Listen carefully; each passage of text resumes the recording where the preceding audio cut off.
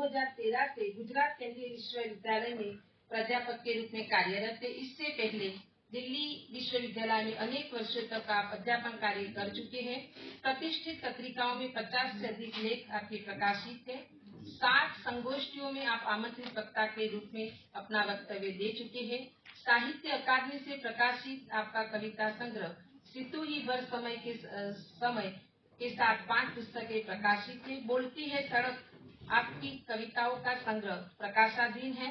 आपके निर्देशन में 10 पीएचडी और 13 एमफिल के छात्र अपना कार्य पूर्ण कर चुके हैं। हिंदी साहित्य का नवोदित लेखक सम्मान तथा डॉक्टर सहजवाला कविता पुरस्कार से भी आपको नवाजा गया है। हम आपका तहे दिल से स्वागत करते हैं और आपसे अनुरोध करती हूँ कि आप इस सत्र का विषय प्रवर्तन करें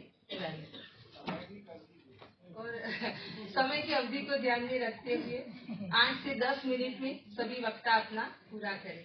इनको ज्यादा दो। तिवारी सर को ज्यादा देते हैं, चौधरी सर के।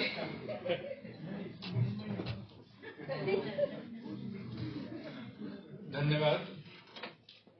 इस परिचय को काटा जा सकता था जिसका मैंने शुरू में ही अनुरोध किया था, क्योंकि यहाँ बैठे ज्यादातर लोगों को मैं जानता हूँ और मेरी जो भी पहचान होगी वो शायद पत्र के रूप में या जो मैं बोलूंगा उससे होगी। पुरानी बातें होती हैं।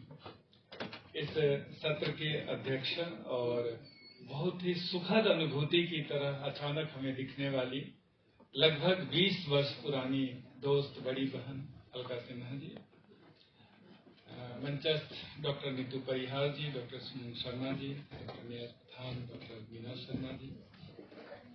10 वर्षों से हूँ गांधीनगर में और आप सबका इतना ज्यादा स्नेह मिला है। चौधरी सर, बिंदु भट्ट मैम, सामने मनीषा कुलश्रेष्ठ मैडम बैठी हैं, बीना शर्मा जी, अनिल शर्मा जी, अनुपा चौहान जी, दलपत चौहान जी, किसका नाम लूं किसको छोड़ूं। बस सबको मैं प्रणाम करता हूँ और समय की सीमा का मुझे ध्यान है और मंच पर बैठे हुए 6 वक्ताओं का भी ध्यान है। मैं कोशिश करूंगा कि प्रथम सत्र में जो बहुत अच्छी बातें हुई हैं उनमें से बहुत सारी बातें जो मेरे पत्र में हैं उनको दोहराऊं नहीं, बल्कि उनको छोड़ते हुए आगे बढ़ूं और कुछ ऐसे मुद्दे जिन्हें लगता है कि जरूर जिनकी चर्चा होनी चाहिए, ऐसे कुछ प्रश्नों को उठाने की भी मैं आप लोगों से अनुमति चाहता हूं। स्त्री मुद्दे पर बात करने से पहले ये भी स्पष्ट कर दूं कि मेरी रुचि का क्षेत्र भाषा और कविता रही है। स्त्री एक ऐसा मुद्दा है जो हम सबके अनुभव और हमारे निर्माण से जुड़ती है, माँ के रूप में या जिस भी रूप में जुड़ी है। मुझे ये सौभाग्य थोड़ा ज्यादा मिला है, तो ये दावा तो नहीं कर सकता कि मैं कुछ ज्यादा जानता हूँ, लेकिन हाँ जो पाया है उसके समक्ष आपके सामने रखने की कोशिश करूंगा। और स्त्री मुद्दे पर बात करने से पहले एक छोटी सी कहानी सुनाना चाहता हूँ। आप में से बहुत सारे लोगों ने वो कहानी सुनी होगी। एक बार एक कॉलेज के जो 2 दोस्त थे, एक दोस्त बड़े गरीब घर का था, दूसरा राजा साहब का बेटा था। तो राजा साहब का बेटा अपने दोस्त को अपने घर ले गया और उन्हें महल की तमाम चीजें शुरू किया और बताना शुरू किया कि मेरे ये है ये है। बाद में वो एक तस्वीर के सामने ले जाकर खड़ा किया। इस तस्वीर में एक खूब बड़ा सा शेर था जिस पर उसके दादाजी पांव रख के खड़े थे, बंदूक हाथ पे लिए हुए, और उसने बताया कि मेरे दादाजी कितने बहादुर थे, कितने वीर और साहसी थे और उन्होंने शेर को मार गिराया था। और ये देखो उसका प्रमाण है, बंदूक के साथ दादाजी इस चित्र में हैं। छात्र थोड़ा मुंहफट था, उसने कह दिया कि बिल्कुल ठीक कह रहे हैं आप, लेकिन एक दिक्कत है कि ये तस्वीर आपके दादाजी के किसी कारिंदे ने, उसके किसी परिचित ने खींची।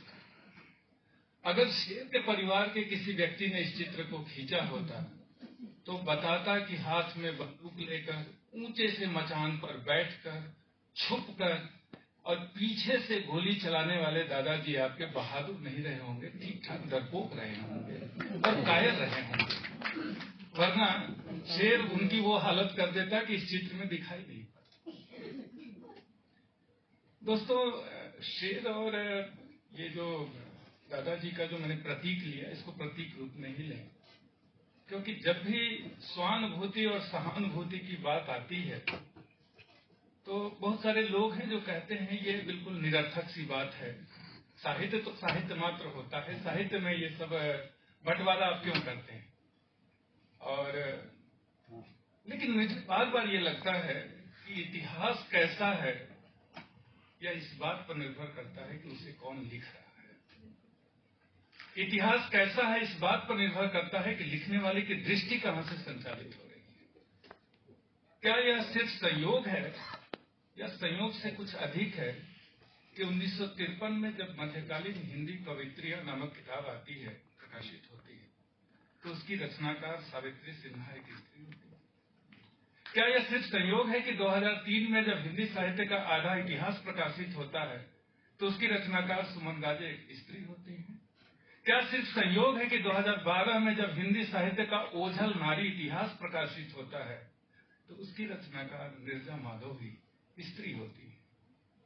श्रृंखला की कड़ियां महादेवियों का इंतजार क्यों करती है? क्या ये सिर्फ संयोग है? एक और उदाहरण लेता हूं। बहन मनीषा कुलश्रेष्ठ ने कुछ अच्छे नाम लिए, उनको छोड़ते हुए भी एक नाम ले रहा हूं। उषा देवी मित्रा 1897 में जन्मी थी। उषा देवी मित्रा ने हिंदी को 5 उपन्यास और 7 कहानी संग्रह दिए थे। उनका उपन्यास पिया और कहानियों के संग्रह बचपन का मोल, जीवन की मुस्कान बड़े चर्चित उस दौर में रहे और ठीक ठाक लोगों ने सराहे थे। और वे 1966 तक जीवित थी, 70 साल की भरपूर उम्र में गई थी। और जब उनकी मृत्यु हुई और उनकी वसीयत निकाली गई तो उस वसीयत में लिखा था, मेरी सारी पुस्तकें मेरे साथ चिता में जला दीजिए। वो कौन सी स्थितियां हैं जो एक स्त्री को मजबूर कर देती है कि अपनी किताबों को आग के हवाले कर दे? क्या ये सामान्य स्थितियां हैं? क्या ये स्वानुभूत और सहानुभूत का मामला है या उससे आगे बढ़कर के कुछ मामला है?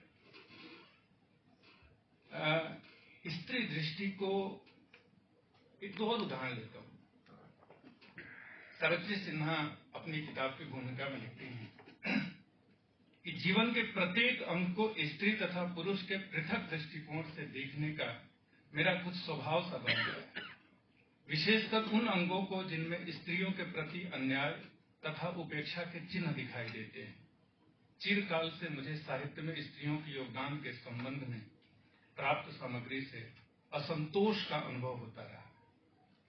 सुमन राजे जब लिखती हैं तो बड़े अच्छी भूमिका से पहले उन्होंने समर्पण दिया। मैं अपने सभी युवा साथियों से निवेदन करूंगा कि सुमन राजे को जरूर पढ़ें।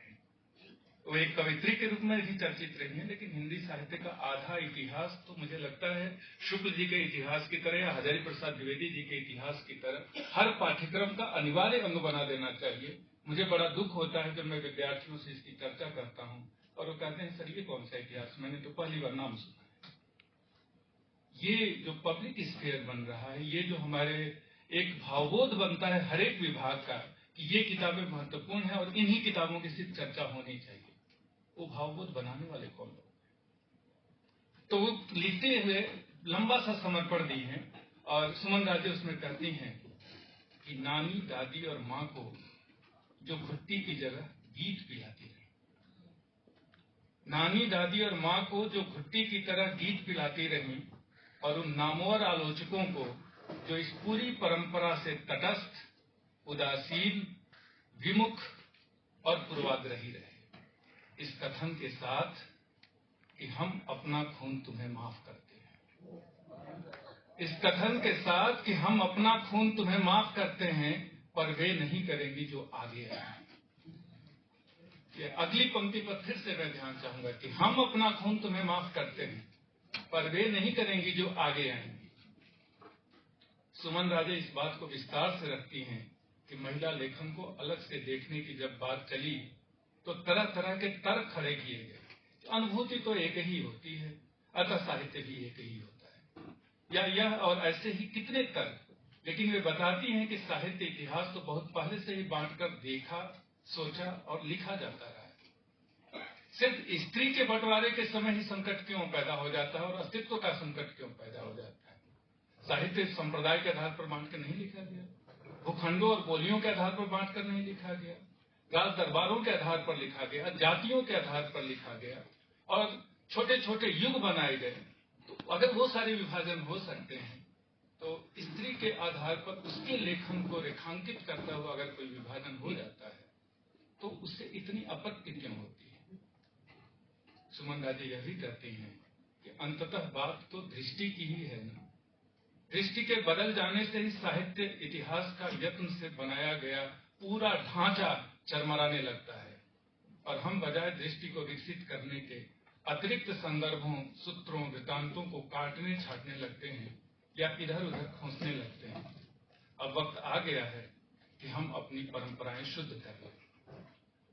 दोस्तों, इधर बीच थोड़ा मेरे रुचि का क्षेत्र भी बदला है और कल्चरल कैपिटल की बात कई हलकों में होने लगी है कि सांस्कृतिक पूंजी कैसे निर्मित की जाती है और कैसे सोशल रिप्रोडक्शन होता है। यानी जो बात कही जा रही थी कि नारी पैदा नहीं होती, बनाई जाती है, तो बनाई तो जाती है लेकिन हजारों हजार साल से एक ही ढंग से क्यों बनाई जाती है, ये बड़ा सवाल है। और जिसको हम सांस्कृतिक पूंजी कहते हैं वो ये कि आप जो सोचते हैं, आप जो विचार करते हैं, आप जिस तरह से अपने बच्चों को, बच्चियों को पालते हैं, कुछ चीजें उनके रगों में आप पिरो रहे होते हैं।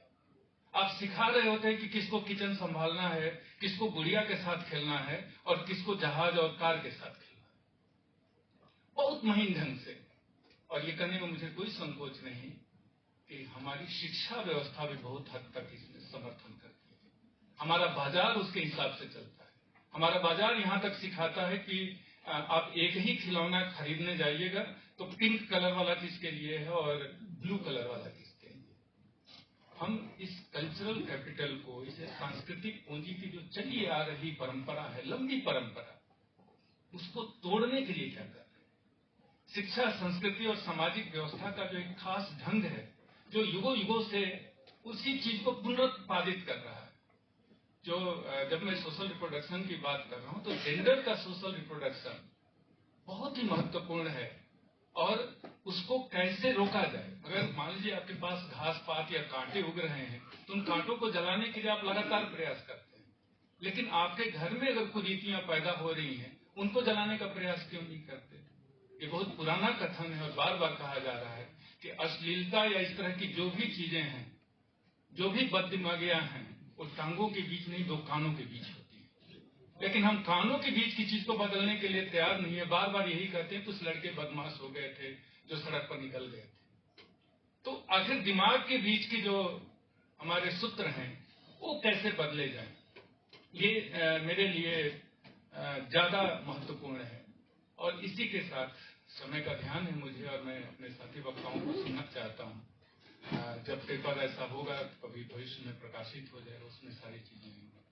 लेकिन एक और खास बात कि हमें जो साहित्य प्राप्त होता है, ज्यादातर प्राचीन साहित्य धर्माश्रय से प्राप्त होता है और कुछ राजाश्रय से प्राप्त होता है, राजघरानों से, उनके पुस्तकालयों से। एक बहुत बड़ा इलाका है जिसको हम हाशिए पर डाल दिए हैं, वो लोक का इलाका है। और लोक के हाशिए पर जाने का सबसे बड़ा नुकसान जिसको उठाना पड़ा है वो हमारी स्त्री है। क्योंकि लोक का लगभग 80% आप उठा के देख लीजिए, संस्कार गीत हों, लोक गीत हों, श्रम गीत हों, वो सारे के सारे लिखने वाले कौन लोग हैं? आप सिर्फ इसलिए उनको नहीं लेंगे कि उसका कोई नाम नहीं है, तो आप अज्ञात नाम से बहुत सारे पुरुष रचनाकारों को तो कोर्स में रख लेते हैं।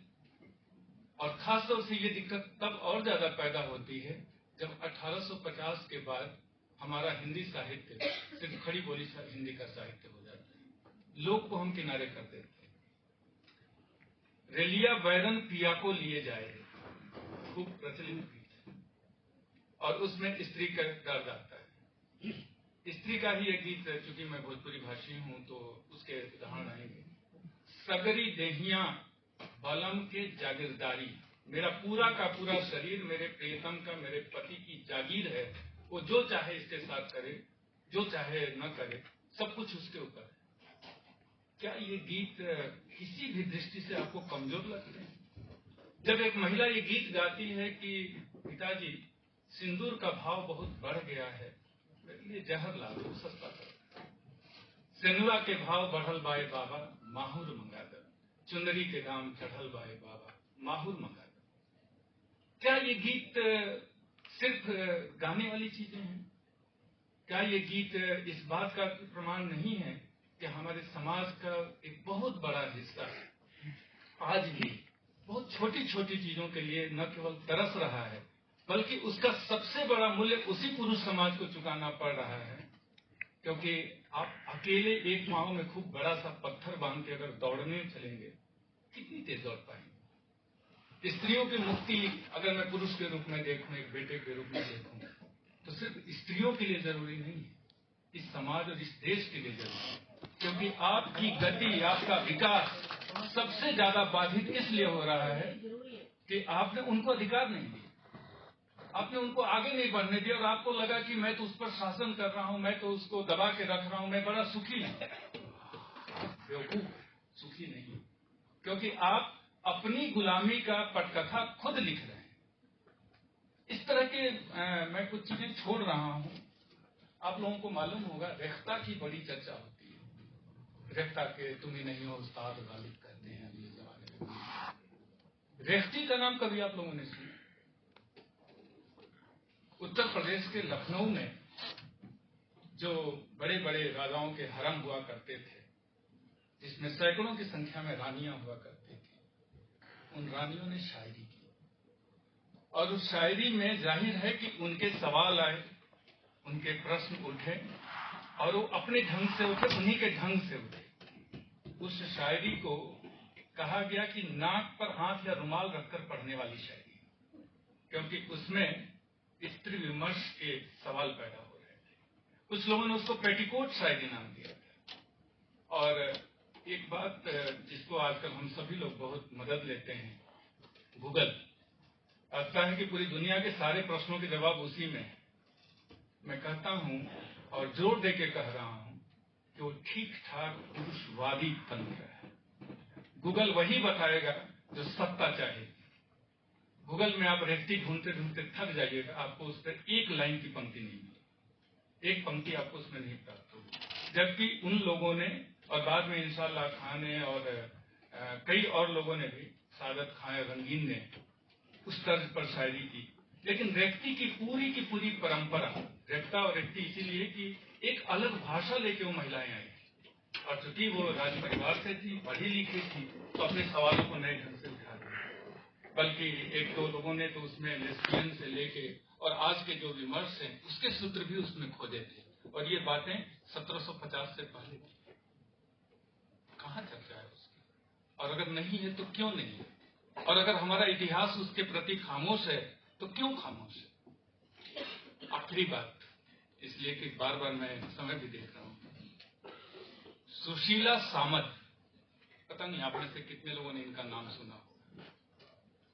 हिंदी की पहली आदिवासी कवित्री, जिनका संग्रह एक नहीं दो प्रकाशित हुआ, और महादेवी वर्मा की समकालीन उनके यहाँ जाकर के भी वो कुछ समय गुजारी थी। पहला संग्रह का नाम था प्रलाप, दूसरे संग्रह का नाम था सपने का संसार। पहला संग्रह 1935 में प्रकाशित हुआ था, दूसरा संग्रह 1948 में प्रकाशित हुआ था। झारखंड के सुदूर इलाके चाईबासा में 1930 से लेकर 60-70 तक वो सक्रिय रही, और उनकी कविताएं उस दौर की सभी बड़ी पत्रिकाओं में प्रकाशित हुई। हम ये मानते हैं कि आदिवासी कविता की शुरुआत तो 2000 के बाद होती है। मैं कहता हूं कि अगर आप मिट्टी को पलट के देखेंगे, पुराने ग्रंथालयों को खोल करके थोड़ा धूल झाड़ेंगे, तो सुशीला सामत जैसी 50 कवित्रियां निकल करके आ जाएंगी, और आपकी आंखें चौंधिया जाएंगी कि ये उस जमाने में ऐसी कविताएं लिख रही थी। और हमारा खामोश है, इतिहास खामोश है, हमारे सारे पाठ्यक्रम खामोश है, हमारा जितना भी बड़ा बौद्धिक वर्ग है सब खामोश है। इस खामोशी का भुगतान किसको करना पड़ रहा है? सुशीला सामत की कविता की पंक्तियां, जाहिर है कि वो छायावाद का युग था, तो उसकी भाषा थोड़ी अलग होगी कि करुणा से भर देती जग को, होगी बंद न इसकी तान, जाकर प्यारे ज्ञान विरह के, जरा रही है प्रिय का ध्यान। और कोई आदिवासी कवित्री हो और प्रकृति ना, विहग कुल आकुल स्वर में जाग, करेगा अभिनंदन गान, फिर धीरे धीरे झुक झुक कर वृक्ष करेंगे पुष्प प्रदान। तो ऐसी तमाम रचनाएं और कवित्रियों के नाम मैं नहीं गिनाना चाहता, लेकिन कुछ मुद्दों पर जरूर मैं आपका ध्यान आकर्षित करना चाहता हूं कि जो चमक रहा है, जो मुख्य धारा में दिख रहा है, जो लगातार सिर्फ चर्चा में आ रहा है, केवल वही महत्वपूर्ण है, ये मानना बहुत उचित नहीं है। जैसे सरस्वती पत्रिका, बहुत चर्चित पत्रिका, इलाहाबाद से निकल रही थी और सब लोग सरस्वती का जिक्र करते हैं, लेकिन सरस्वती के समानांतर वहां से 10-15 पत्रिकाएं और निकल रही थी, जिनका हम नाम नहीं जानते। और उन पत्रिकाओं से अंग्रेजों को कितनी तकलीफ हुई होगी कि ऐसी 10 पत्रिकाओं पर उन्होंने प्रतिबंध लगा दिया। मैं पूछता हूं, सरस्वती पर प्रतिबंध नहीं लगा था, उन 10 पत्रिकाओं पर प्रतिबंध क्यों लगा? वो कौन से कारण रहे होंगे जो अंग्रेजों को मजबूर कर रहे थे कि इन पत्रिकाओं को तो नहीं छपना चाहिए, और जो चीजें सरस्वती में छपी वे स्मृति में रही, और जो उसमें नहीं प्रकाशित हुई वे स्मृति से गायब हो गई। और ये मुद्दा केवल स्त्री का नहीं है, आप लोगों ने हीरा डोम का नाम सुना होगा, अछूत की शिकायत कविता। अब बताइए कि दुनिया में कौन ऐसा कवि हुआ जो पूरी जिंदगी में केवल एक कविता लिखा? सिर्फ अछूत की शिकायत के बाद आपको उनकी कोई रचना नहीं मिलेगी। इसका मतलब ये नहीं कि उन्होंने रचनाएं नहीं लिखी, इसका मतलब ये है कि हमारे साहित्य ने उसको स्थान नहीं दिया, उसको जगह नहीं दी। सरस्वती में जो चीज आ गई वो तो आपके दस्तावेज में आ गई, जो लोक में रह गई, जो बाहर रह गई, उसका कोई नाम लेवा नहीं है, कोई जानलेवा नहीं है। ऐसी तमाम स्त्रियां, राजरानी देवी, रामकुमारी वर्मा की माता जी थी, रामेश्वरी चकोरी से लेकर के बुंदेला बाला जो लाला भगवान जी की पत्नी थी, ये सूची बहुत बड़ी है। और मेरे पास प्रेमचंद के समय में उपन्यास लिखने वाले कम से कम 22 लोगों के नाम हैं। कुंती देवी, प्रियंवदा देवी, हेमंत कुमारी चौधरानी, यशोदा देवी, ब्रह्म कुमारी, भगवान देवी, मानदा देवी, रुक्मिणी देवी, गोपाल देवी से लेकर के प्यारी देवी सक्सेना तक। अब उनके उपन्यास प्रकाशित हैं 1909 से लेकर 1936 तक का ही, मैं प्रेमचंद से आगे नहीं जा रहा हूँ। और अगर मैं इस पूरी सूची को बताने लगूं तो 10-15 मिनट और लगेगा, मैं नहीं बताऊंगा, आपको बोर नहीं करूंगा। जिनको चाहिए वो तमाम कुछ किताबें ऐसी हैं कि मिल जाएगा। मैं बहुत ही आपका कम समय लेते हुए सिर्फ इतना कहना चाहता हूं कि इतिहास सिर्फ वही नहीं है जो मुख्य धारा अथवा तथाकथित मुख्य धारा के लोगों ने लिख दिया है। और इतिहास, अगर आपकी भाषा हिंदी लगभग 100 करोड़ लोगों की भाषा है, दुनिया की तीसरी सबसे बड़ी भाषा है, तो उसका इतिहास इतना छोटा और संक्षिप्त क्यों हो? उसका इतिहास सिर्फ 1929 में लिखा हुआ रामचंद्र शुक्ल का इतिहास ही क्यों हो जाएगा? उनके जमाने में भी बहुत सारी चीजें ऐसी थी जो उनके हाथों में आने से रह गई थी। और सुमन राजे ने रामचंद्र शुक्ल के इतिहास के उन पक्षों पर बड़े विस्तार से लिखा है, आप एक बार पढ़िए, आपको सब समझ में आ जाएगा। तो अगर सच में हम कहते हैं कि हमारे भीतर भी स्त्री रहती है और हम स्त्री के प्रति केवल फैशन के तहत नहीं बल्कि सच में ईमानदारी के साथ जाना चाहते हैं और उसको देखना चाहते हैं, पढ़ना और उससे जुड़ना चाहते हैं, तो इन किताबों से, इन लेखिकाओं के पास जाइए, आपको एक अलग नई दुनिया दिखेगी। और ये दुनिया ऐसी दुनिया है जिसको अगर हम महत्व देंगे तो हमारी आज की दुनिया बेहतर हो सकती है, हमारी समझ बेहतर हो सकती है। मैं फिर से याद दिला दूं कि अनुपा जी और ईश्वर जी तो ईश्वर हैं, उनकी आज्ञा को कैसे टाला जा सकता है। लेकिन मैं यहाँ आने से पहले संकोच कर रहा था और मेरी जानकारी स्त्री मुझ पर बिल्कुल नहीं है, लेकिन मेरे मन में जरूर था कि ऐसे कुछ सवालों का आपके समक्ष रखूं। गांधीनगर के विद्वत समुदाय का मुझे बहुत प्यार मिलता रहा है। आप लोगों ने मुझे यहाँ बुलाने के योग्य समझा, इतने धैर्य से इतनी देर तक सुना, मैं बहुत आभारी हूँ। आप सबको प्रणाम करता हूँ। सभी को मेरा नमस्कार, धन्यवाद। सबसे पहले आभार व्यक्त करती हूँ गुर्जर भारती और केंद्रीय हिंदी संस्थान आगरा के संयुक्त सरकार भवन में आयोजित राष्ट्रीय संगोष्ठी में आपने मुझे आमंत्रित किया। प्रोफेसर आलोक गुप्त जी से बहुत पुराना परिचय है और जब उनका फोन आया था तो मैं मना नहीं कर सकती हूँ। सर जानते हैं इस बात को बहुत अच्छे से। अभी मैं खुद अपने एक सेमिनार के आयोजन में व्यस्त हूँ, फिर भी मुझे लगा था कि नहीं, सर का आग्रह है तो मैं ये आग्रह तो नहीं टाल सकूंगी। तो अपनी सारी व्यस्तताओं को एक दरकिनार करके यहाँ आई हूँ और बहुत अच्छा लग रहा है। सुबह से सुन रही हूँ स्त्री विमर्श पर जो बातें चल रही है। जब मनीषा जी बोल रही थी तो मैं सोच रही थी कि अब मैं और क्या बोलूंगी, और जब मैं स्टेज पर आई उससे पहले मैंने मनीषा जी से ये बात कही कि मनीषा जी, जो एक घेरे की बात आपने कही है, वाकई ये मान लिया गया है कि महिलाएं सिर्फ अपने बारे में, अपने परिवार के बारे में और अपने बच्चों के बारे में ही बात करती हैं। तो उस घेरे को तोड़ने की जरूरत है। और अभी जो प्रमोद जी ने इतनी सारी बातें बताई हैं, मुझे लगता है वो सारी बातें भी जो अब तक प्रकाश में नहीं आई है, इस संगोष्ठी के माध्यम से भी कुछ बातें और उजागर होंगी।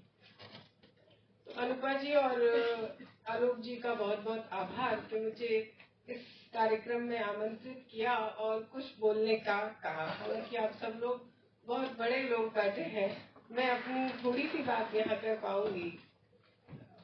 चूंकि मेरा विषय कुछ कविताओं पर अधिक रहा है, इसलिए मैंने अपना विषय कविताओं पर ही तैयार किया।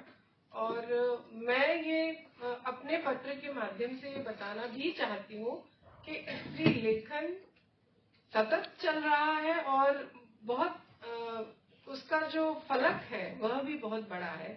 उस कैनवास में तरह तरह के रंग हैं। अपने घर परिवार को छोड़कर दूसरे रंगों पर भी हाथ चलाया है स्त्रियों ने। अपने वैविध्य और वैचित्र्य को अगर देखें तो स्त्रियों का दायरा अब बड़ा है। सामान्य कविता से हटकर अब आक्रोश, विरोध, विद्रोह, उत्तेजना, तनाव, छटपटाहट का स्वर भी हमें आज की कविताओं में दिखाई दे रहा है।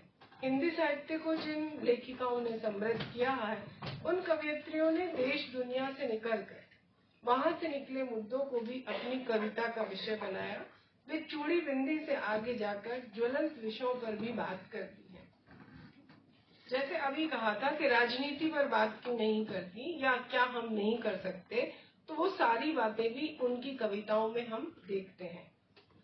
मैं यहाँ ज्योति चावला की कविता का उदाहरण देकर अपनी बात कहूंगी कि मेट्रो दुर्घटना में मारे गए मजदूरों को याद करती हुई वे लिखती हैं।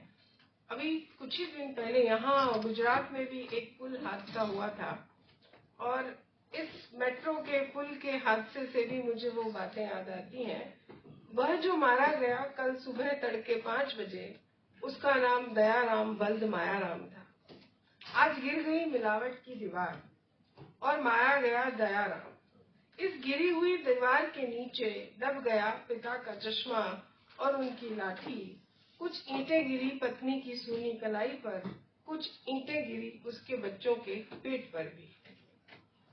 अखबारों की खबरें हमें विचलित करती है। निसंदेह हम इन्हीं दिनों बहुत सारी खबरें पढ़ रहे हैं और जो प्रमोद जी अभी बात कर रहे थे उसी बात से जुड़ते हुए मैं कह रही थी कि जब मैं कल सुधीर का प्रोग्राम सुन रही थी ब्लैक एंड व्हाइट, तब उनकी ये चर्चा थी कि सब तरफ बात ये हो रही है कि जिस लड़की की कार के नीचे हादसे में जिसकी मृत्यु हुई, समाज ये जानना चाहता है कि लड़की कहाँ गई थी, किस होटल में गई थी, किसके साथ गई थी, क्यों उसने शराब पी थी या क्यों शराब उसने कितनी पी थी।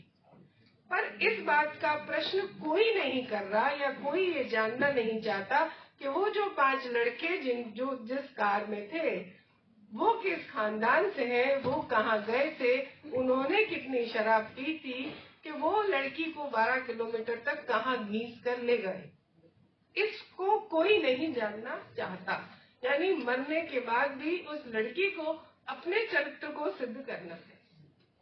तो समाज निसंदेह बटा है, हमारी सोच बटी है। हम एक तरफा होकर सारी चीजों को देखते हैं, इसमें कोई दो राय नहीं। बड़े बड़े दिग्गज, बड़े बड़े विद्वान को मैंने ये बात कहते सुना है, स्त्री विमर्श होना चाहिए, बात होनी चाहिए, लेकिन सामने वाले के घर से, मेरे घर से नहीं। बड़े लोग ये बात करते हैं तो बड़ा आश्चर्य होता है कि पत्नी की बात पर, अपने बहू की बात पर तो उनको वही गोरा रंग चाहिए, पढ़ी लिखी चाहिए, समझदार चाहिए, और बातें जब हमें मंच पर करनी हो तो हम बड़ी बड़ी करेंगे और दहेज विरोधी बातें करेंगे,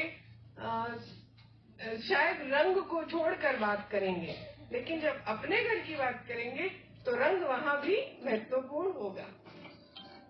तो वो गोरे रंग का जमाना अभी भी नहीं गया। मैं जहाँ तक सोचती हूँ वो रंग आज भी वहाँ मायने रखता है, वो सुंदरता, वो सब चीजें मायने आज भी वहीं रख रहे हैं। रंजना जायसवाल की एक कविता का उदाहरण देकर अपनी बात को फिर यहाँ दोहराऊंगी कि जो घटनाक्रम अभी दिल्ली में हुआ उस पर ये बात करते हैं। आज फिर पकड़ी गई सेक्स रैकेट की लड़कियां, फोटो छपा है अखबार में। लड़कियों ने तो शर्म से या अपनी पहचान छुपाने के लिए मुंह पर कपड़े ढक लिए हैं, पर असल में शर्म जिसे आनी चाहिए वे ऐसे खड़े हैं जैसे बहुत बड़ा काम किया हो। फिर कवियत्री लिखती है, फोटो में उनके साथ चमक रहे हैं कुछ चेहरे जिनके पोशाक से पकड़ी गई है लड़कियां। वे ताक रहे हैं माननीय राष्ट्रपति की ओर किसी पदक की उम्मीद में। कितना बड़ा व्यंग है ये हमारे समाज पर, हमारे समाज की सोच पर। इस काम में आना, मुझे लगता है कोई भी स्त्री इस तरह का काम अपनी इच्छा से नहीं करती होगी। मेरा ये बहुत मानना है कि कोई भी ऐसा काम जो स्त्री अपने मन के विरोध से करती होगी तो कितनी बार उसका मन टूटता होगा। इनमें से कुछ नहीं, कुछ के नहीं है घर, कुछ छोड़कर आई है घर, कुछ से चलता है घर, कुछ खुद में ही है एक घर। ये कविताएं क्या नहीं बताती कि हमारी समाज की सोच कैसी है, या हमें जो काम करना पड़ रहा है उसमें मजबूरी कितनी है। इन लड़कियों को सेक्स रैकेट तक पहुंचाने वाले या इस काम को करने वाले अधिकांश समाज में कौन लोग हैं ये हम सब जानते हैं। इन लड़कियों को देखकर चिढ़ाते हैं मुझे मेरे पुरुष मित्र, मैडम क्या यही है स्त्री की आजादी? यानी वहां भी करेंगे भी हम ही, व्यंग भी हम करेंगे, चोट भी हम करेंगे और हंसेंगे भी हम। कैसा समाज है ये, किस तरह से इसने हम सबको बांट दिया है। ये ताना देने वाले भूल जाते हैं कि मांग की आपूर्ति होती है, यानी मांग होगी तभी उसकी आपूर्ति होगी। रंजना जी ने ऐसे विषयों को अपनी कविता में स्थान दिया जो पढ़ते सुनते हुए भी हमारी लेखनी छूटती है। यानी मैं ये कहना चाहती हूँ कि जो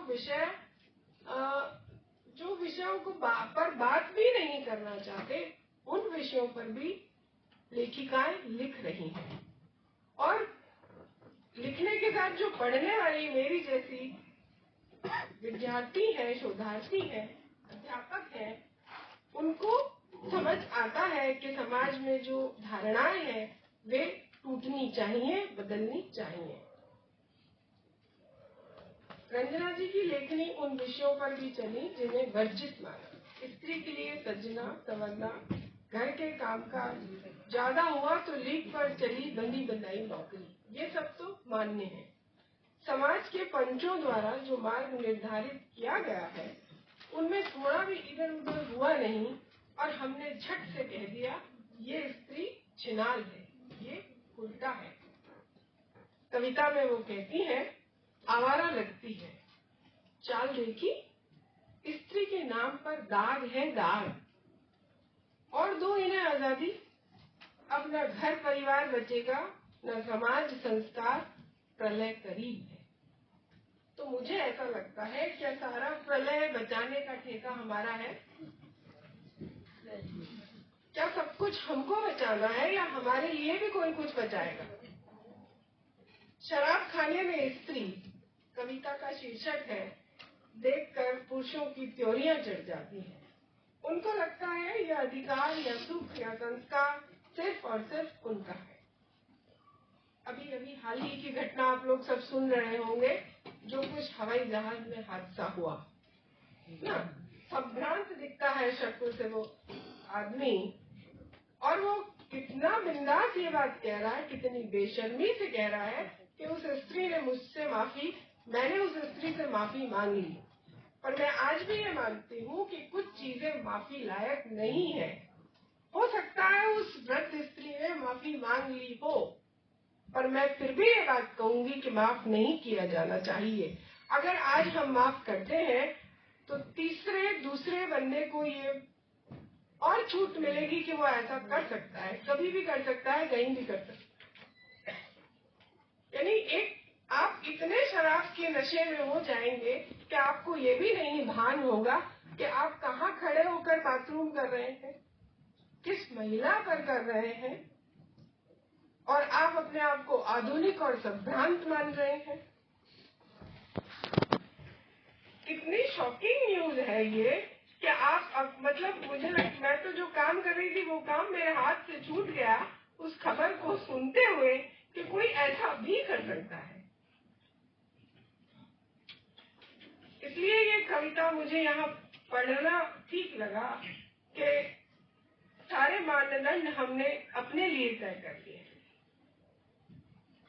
स्त्री लेखिकाओं के विषय असीमित हैं। इस बात को एक और बात से कहना चाहती हूँ, समय कम है इसलिए एक कविता और ऐसी पढ़ूंगी जो आपको अच्छी लगेगी। रंजना जी की एक कविता है। पितृसत्ता की मानसिकता को बड़े धीरे से उन्होंने उघाड़ दिया। वे कहती हैं, एक रात मैना पिंजरा का दरवाजा खोल तोते के पास आई, बोली तुम भी बाहर आ जाओ, फिर उड़ चलेंगे, सपने को साकार करेंगे। तोता बोला तुम आ जाओ ना मेरे पिंजरे में। बुलाया भी है तो अपने पिंजरे में ही बुलाया है। तोता मैना को पिंजरे की सारी सुविधाएं गिना रहा है, सोने चांदी और सुख सुविधाओं का वास्ता देकर अपने पिंजरे में बुलाने का पूरा प्रयास कर रहा है। तोता हमेशा चाहता है, तोता कह रहा है मेरा तो यही सपना था कि तुम अपना पिंजरा छोड़कर मेरे पिंजरे में आओगी। मैना क्रुद्ध हुई, वो मैना कहती है, मैंने तेरे पिंजरे में कैद होने के लिए नहीं छोड़ा था अपना पिंजरा। यानी आकाश हमें भी खुला चाहिए, सांस हमें भी पूरी चाहिए, आधा तो कुछ भी नहीं।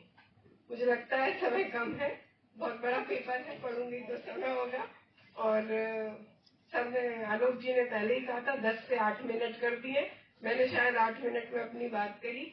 आप सबने मुझे धैर्य से सुना, आपका बहुत बहुत आभार। एक सूचना इस मंच से दे देना चाहती हूँ। मोहनलाल सुखाड़िया विश्वविद्यालय हिंदी विभाग में 20-21 जनवरी को एक राष्ट्रीय संगोष्ठी का आयोजन किया जा रहा है, कृष्ण साहित्य विविध विमर्श। आप सब आमंत्रित हैं, आप आना चाहें तो जरूर पधारिएगा। उदयपुर में भी आपको अच्छा लगेगा। धन्यवाद।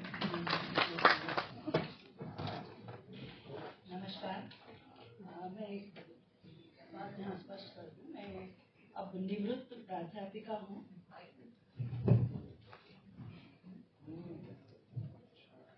गुर्जर भारती गांधीनगर एवं केंद्रीय हिंदी संस्थान आगरा द्वारा आयोजित राष्ट्रीय संगोष्ठी के इस शुभ अवसर पर मुझे आमंत्रित करने के लिए मैं आयोजकों की आभारी हूँ। विशेष रूप से आलोक गुप्त जी एवं अनुपा चौहान जी का मैं धन्यवाद हृदय से आभार व्यक्त करती हूँ।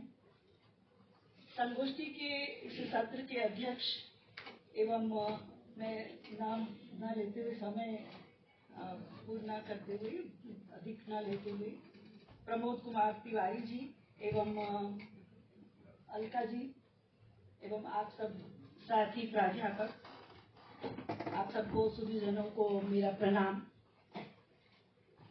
नीतू जी ने समकालीन कविता की बात की है। मैं उसके पहले, जहां स्वतंत्रता के बाद कविता के क्षेत्र में जो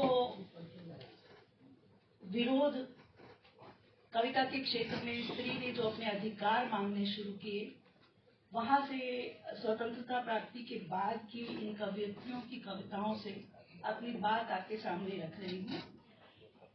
ये स्त्री विमर्श जो है वो एक ऐसा विमर्श या एक ऐसी शाब्दिक चेतना जो स्त्री को केंद्र में रखकर लिखी गई हो, जो स्त्री को लेकर रचना करे, इस संसार या इस पृथ्वी को व्याख्यायित करे, रेखांकित करे।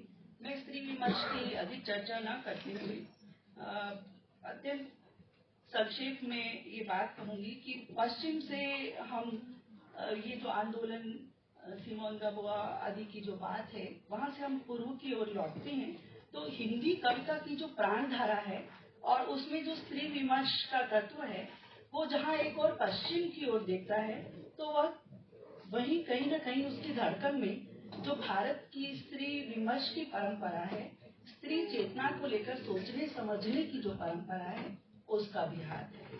स्त्री विमर्श वर्तमान साहित्य के चिंतन का सुनिश्चित आयाम है। पिछली शताब्दी से प्रारंभ हुआ और परवान चढ़ा यह स्त्री विमर्श सार गर्भित रूप में एक ही बात कहता है, नारी को समाज व परिवार से वही सम्मान मिले जो जिसकी वह हकदार है। और ये अत्यंत सुखद बात है कि आज बहुत सलीके से कविता जो है इसे व्यक्त कर रही है। लंबे समय तक पुरुष की दासता के विरोध में स्त्री के अधिकारों को लेकर उठाई गई आवाज ये स्त्री विमर्श है और स्वतंत्रता के बाद भी स्त्री मुक्त नहीं हो पाई, उसे गैर बराबरी पर रखा गया, उसका सामाजिक, राजनैतिक और सांस्कृतिक उत्थान नहीं हुआ, स्त्री की दशा स्थिति बहुत ज्यादा बदली नहीं है। कविता इस मर्म पर चोट करती है।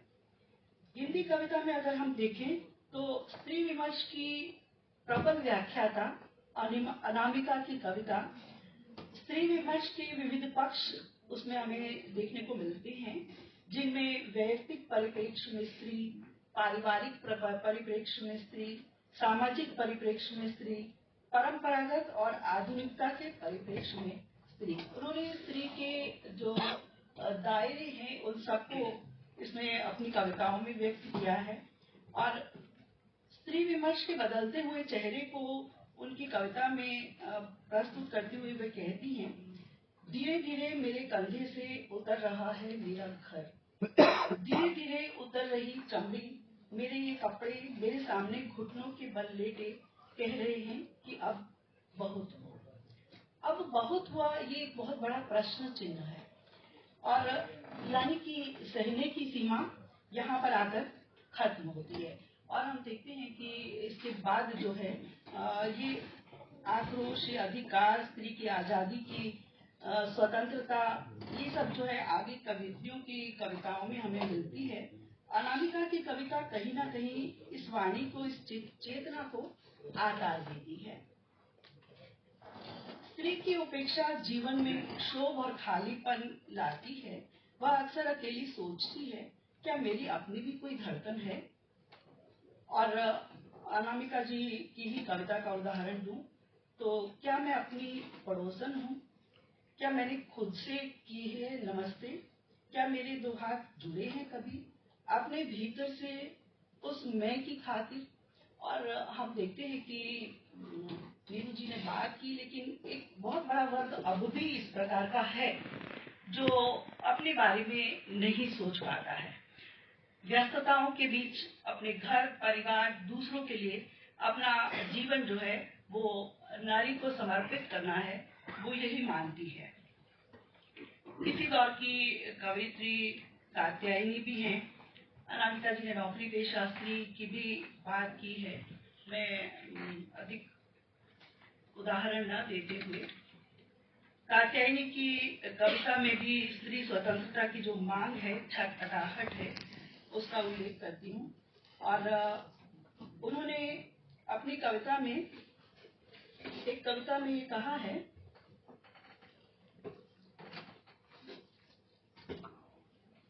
इस स्त्री से डरो, यह स्त्री सब कुछ जानती है। पिंजरे के बारे में, जाल के बारे में, यंत्रणा ग्रहों के बारे में उनसे पूछो, पिंजरे के बारे में पूछो, वह बताती है नीले अनंत विस्तार के उड़ने के रोमांच के बारे में। जाल के बारे में पूछने पर गहरे समुद्र में खो जाने के सपने के बारे में बातें करने लगती है। यंत्रणा ग्रहों की बात छिड़ते ही गाने लगती है प्यार के बारे में एक गीत। रहस्यमय है इस स्त्री की उलटवासियां, इन्हें समझो, इस स्त्री से डरो। और ये जो है एक बहुत बड़ा वर्ग है जो इसी प्रकार से सोचता है। ये स्त्री से डरने का भाव पुरुष सत्ता पर एक आक्रमण है, अब ठहर जाओ, ये उनका भाव है। पुरुष से टकराने का भाव इन कविताओं में है। अनेक कवियत्रियों की कविताओं के उदाहरण दिए जा सकते हैं। रंजना जायसवाल जी की कविता मैं बागी हूँ, मैं समय का ध्यान रखते हुए कविताओं के उदाहरण नहीं देती, लेकिन स्त्री जो आधी दुनिया का रूप है और कोई भी साहित्य, कोई भी कविता बिना स्त्री की आवाज से, स्त्री के लिए नहीं बल्कि खुद स्त्री को अपनी आवाज वह कविता और साहित्य को और अधिक सुंदर बनाती है। इस प्रकार स्वतंत्रता के बाद करीब 70 के दशक से नारी विमर्श का स्वर सशक्त रूप में सुनाई देने लगा। करीब 90 के दशक में गगन गिल, अनामिका, सविता सिंह, कात्यायनी जैसी कवयित्रियों ने हिंदी कविता का पस मंजर बदलकर पुरुषों की कविताओं से अलग शिल्प, भाषा और विषय से हिंदी को समृद्ध किया। इसके बाद 21वीं सदी की कवित्रियां, जिनका उल्लेख नेहरू जी ने किया, स्त्री स्वर की यही प्रधानता अनुराधा सिंह, सुजाता, रश्मि भारद्वाज जो समकालीन कवित्रियां हैं, उनकी कविताओं में देखने को मिलती है। और अभी अभी एक कविता संग्रह जो है वो लुधियाना से प्रकाशित हुआ और मेरे हाथ में भी आया। अंजना जी ने कई उल्लेख भी किया है उसका। हीरादीप कौर का ये संग्रह बुरी औरत, और उसमें कामकाजी महिला किस प्रकार से एक बुरी औरत साबित की जाती है, अधिक चर्चा न करते हुए इसी प्रकार से एक और कविता संग्रह जो अभी अभी प्रकाशित हुआ है, रूपम मिश्रा, अवध प्रांत के एक छोटे से गांव की वो स्त्री है और उन्होंने वहां की स्त्रियों की जो दशा है, वहां की स्त्रियां जिस प्रकार से सोचती हैं, उसमें शब्द भी वहां के हैं उनकी कविताओं में। उनके जीवन का उन्होंने उनकी पीड़ा का वर्णन किया है। गेहूं में बथुए की तरह उगाती हैं लड़कियां। इन कवियत्रियों के पास कविता के अलग अलग रंग और भाव बोध हैं, पर एक चीज जो सामान्य है वो यह कि ये सभी पितृ सत्ता को चुनौती देती हैं तथा स्त्री को हर तरह शोषण से मुक्त करके उनके अधिकारों की रक्षा का आह्वान करती हैं और स्त्री के जीवन के सच्चे प्रेम की तलाश करती हैं। इन कविताओं में रूढ़ियों और संकीर्णताओं की भर्त्सना में नारी की जागरूकता और चेतना की काव्यात्मक व्यंजना देखी जा सकती है। नारी सुलभ व्यथा, पीड़ा, स्वप्न एवं आकांक्षाएं कविता की परिधि में जीवंत हो जाती हैं। नारी स्वातंत्र का प्रश्न हो, उसकी अस्मिता का प्रश्न हो, उसके प्रेम, दाम्पत्य, परिवार, स्वप्न से प्राप्त सुख, सौमनस्य हो, कविता बड़ी ईमानदारी से उसका शब्दांकन कर सकती है। समकालीन नारी कविता नारी जीवन की हर छोटी बड़ी घटना, उसके प्रयास और उसकी धड़कनों का साक्ष्य है। कह सकते हैं कि नारी चेतना को लेकर कविता ने इसलिए आवाज उठाई कि वे लोग भी आवाज उठाएं जो बोलना नहीं जानते। नारी विमर्श की कविताओं के स्वरों की नारी नवजागरण की यह गूंज भविष्य के समाज के द्वार पर एक जोरदार दस्तक है। आज नारी की कविता सामाजिक रूढ़ियों, बेड़ियों, व्यवस्थागत अड़चनों से संघर्ष करने को उद्यत नजर आती है, जिसमें मुक्ति की भावना है जो नारी समाज की चेतना का विकास कर सकेगी।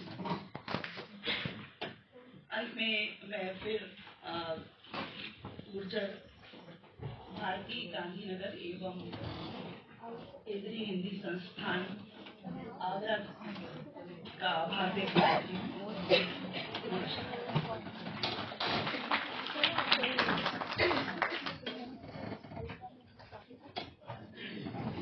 आभार सुमन जी, अपने अपने वक्तव्य में स्त्री विमर्श के विभिन्न स्वरूप को हमारे समक्ष रखा है और विशेषकर अनामिका, कात्यायनी और रूपम मिश्रा की कविताओं में जो स्त्री की संवेदना है, सोच है, आक्रोश है, उसको हमारे समक्ष रखा है और निश्चित रूप से आपके वक्तव्य से लाभान्वित हुए हैं। और मैं तीसरे वक्ता को आमंत्रित करने जा रही हूँ, डॉक्टर नियाज पठान, जो एमएन कॉलेज विसनगर में अध्यक्ष के रूप में कार्यरत है।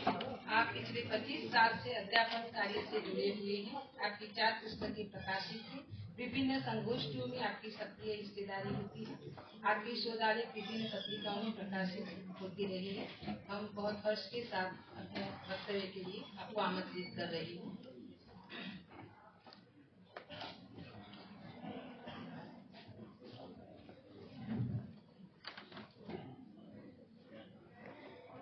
आदरणीय मंच और सभागार में उपस्थित हमारे आदरणीय गुरु चौधरी साहब, बिंदु मैडम, मृदुला मैडम और सभी विद्वत जनों को मेरा प्रणाम। मेरा आज का विषय है स्त्री विमर्श और मुस्लिम लेखिकाएं। मैं सीधे विषय पर ही आऊंगा और मैं कोशिश करूंगा कि बिल्कुल 8 मिनट में अपनी बात मैं पूरी कर दूं। हिंदी साहित्य में 20वीं शताब्दी के 7वें-8वें दशक में स्त्री विमर्श की चर्चा शुरू होती है। इस दौर में कई स्त्री लेखिकाएं अपनी रचनाओं को स्त्री के नजरिए से, अपनी रचनाओं के द्वारा स्त्री के नजरिए से बात करना शुरू करती है। नारी तुम केवल श्रद्धा हो जैसी पंक्तियां दशकों पहले लिखी जा चुकी थी, परंतु स्त्री का दोयम दर्जा समाज में बरकरार था।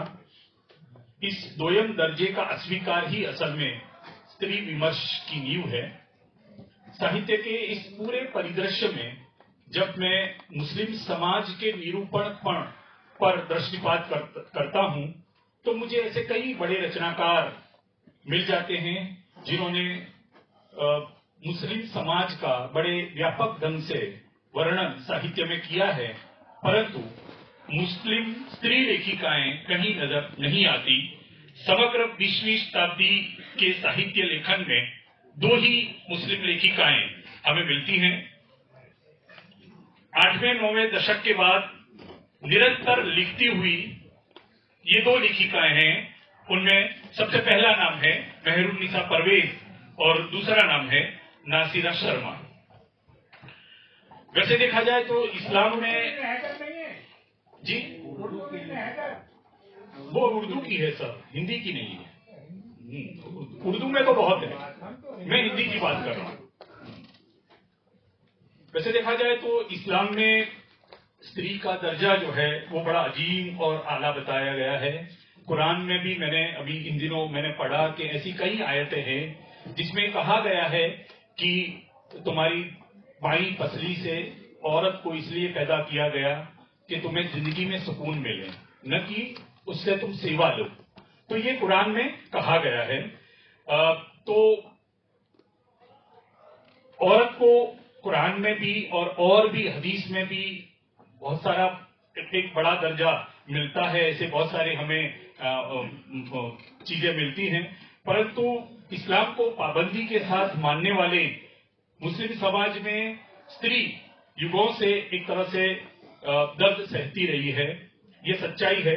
औरत के हुकूक से किताबें भरी पड़ी है, लेकिन इन हुकूकों से स्त्री को महरूम रखा गया है, कभी धर्म के नाम पर, कभी परंपरा के नाम पर, तो कभी देह की संरचना के नाम पर। आज 21वीं शताब्दी में भी हम मुस्लिम समाज की स्त्री की हैसियत को जब देखते हैं तो इसमें बुनियादी बहुत बड़ा फर्क नजर नहीं आ रहा है।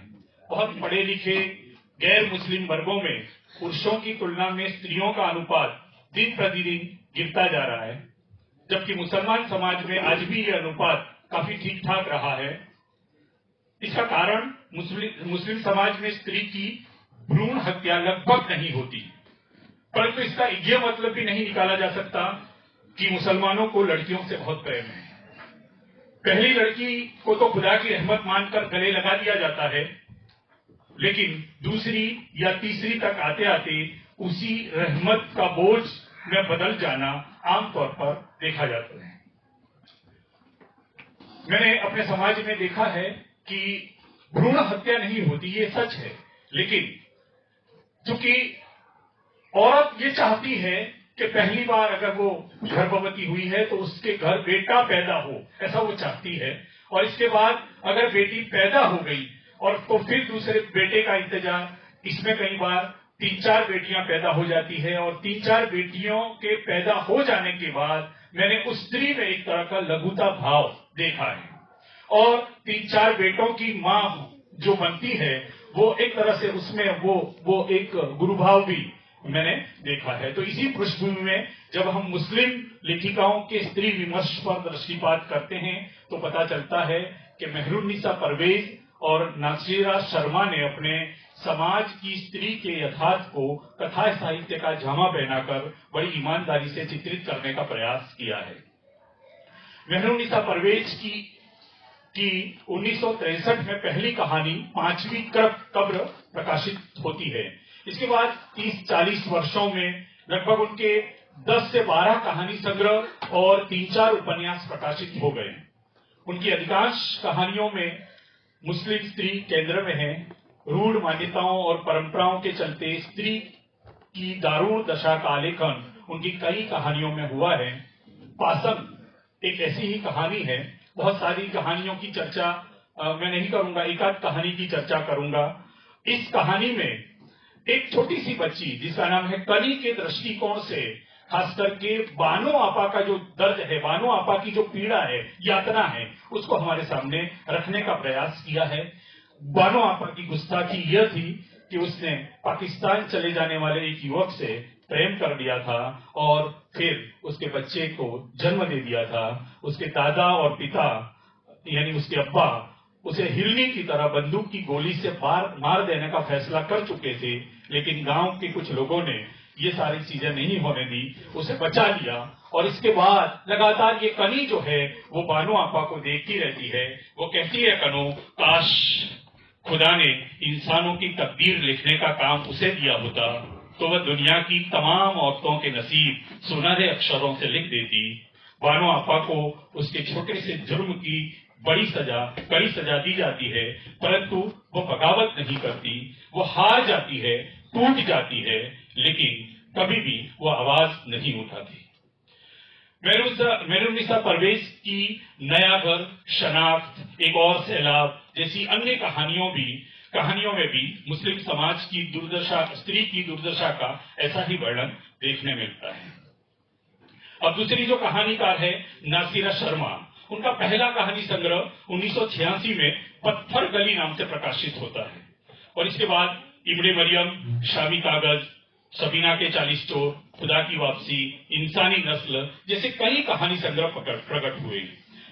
नासिरा शर्मा आज नारी विमर्श की एक सशक्त लेखिका के रूप में स्वीकृत हो चुकी है।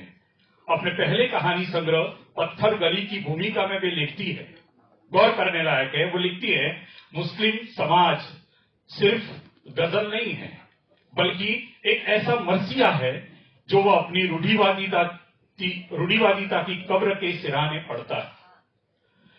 बेटियों को खुदा की रहमत मानने वाले इस समाज में स्त्री की घुटन, बेबसी और उसकी बुनियादी आजादी के लिए उसकी जद्दोजहद, इसका चित्रण नासिरा शर्मा ने इस पत्थर गली कहानी संग्रह में बड़ी प्रामाणिकता के साथ किया है। पत्थर गली की नायिका है, पत्थर गली नामक जो कहानी है उसकी नायिका है फरीदा। उसमें आसमान छूने के अरमान हैं, उन अरमानों को पूरा करने की कोशिशें हैं और प्रतिभा भी है।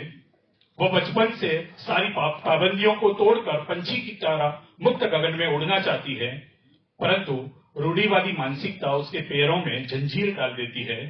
नासिरा जी ने फरीदा की वेदना और लाचारी का बड़ा ही मार्मिक वर्णन किया है। मैं जब इस कहानी को पढ़ रहा था तो मुझे लग रहा था कि मैंने अपने आसपास, मेरे अपने समाज में मुझे ऐसी कई फरीदाएं नजर आ रही थी। फरीदा जैसी लड़कियां अपनी परिस्थितियों के खिलाफ विद्रोह करना चाहती है, परंतु पुरुष सत्तात्मक समाज के आगे उनका विद्रोह पत्थर की गलियों में दब कर रह जाता है। लेखिका ने कहा है कि मेरी ये कहानियां महाजरत के दुख और मुजरों के सुख का मोह भंग करती हुई एक ऐसी गली की सैर कराती है जो पत्थर की गली है। इस पत्थर की गली के रहने वाले अपने निकास के लिए छटपटाते नजर आते हैं, रूढ़िवादिता की बेड़ियों को तोड़कर खुले आसमान में उड़ना चाहते हैं और इस कश्मकश में पत्थर से टकराकर लहूलुहान हो उठते हैं।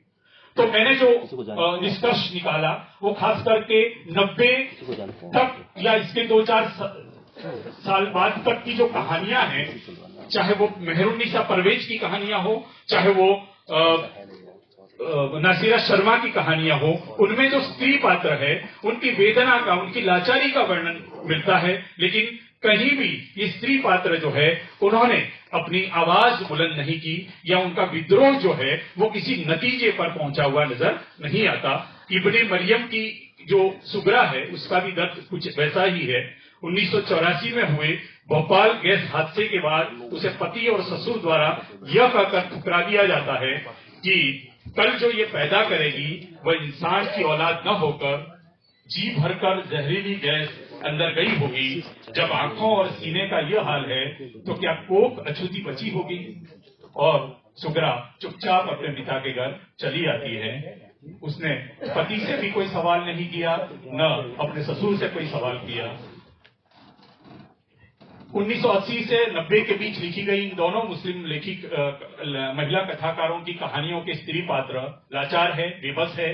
कहीं कहीं उनमें अपनी लाचारी के विरोध भी है, परंतु उनका विरोध कहीं भी नतीजे तक पहुंचता प्रतीत नहीं होता। उनका यह विरोध सिर्फ यह एहसास कराता है कि समाज की रूढ़िवादिता के प्रति अब स्त्री में विद्रोह की चिंगारी जल उठी है।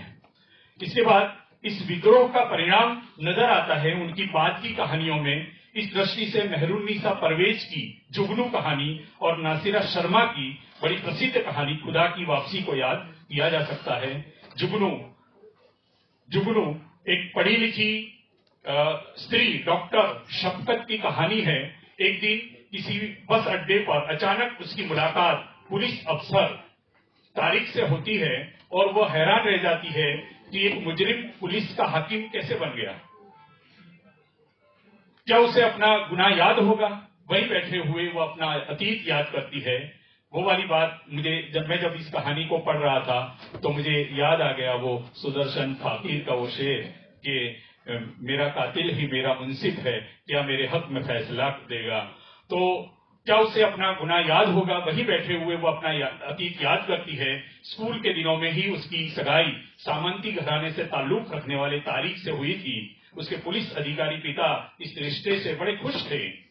अचानक उसके जीवन में उस दिन भूचाल आ जाता है जब तारिक के घर बावर्ची का काम करने वाले पीरू बावर्ची की नीम पगली बेटी गुलशन कुएं में गिरकर आत्महत्या कर लेती है।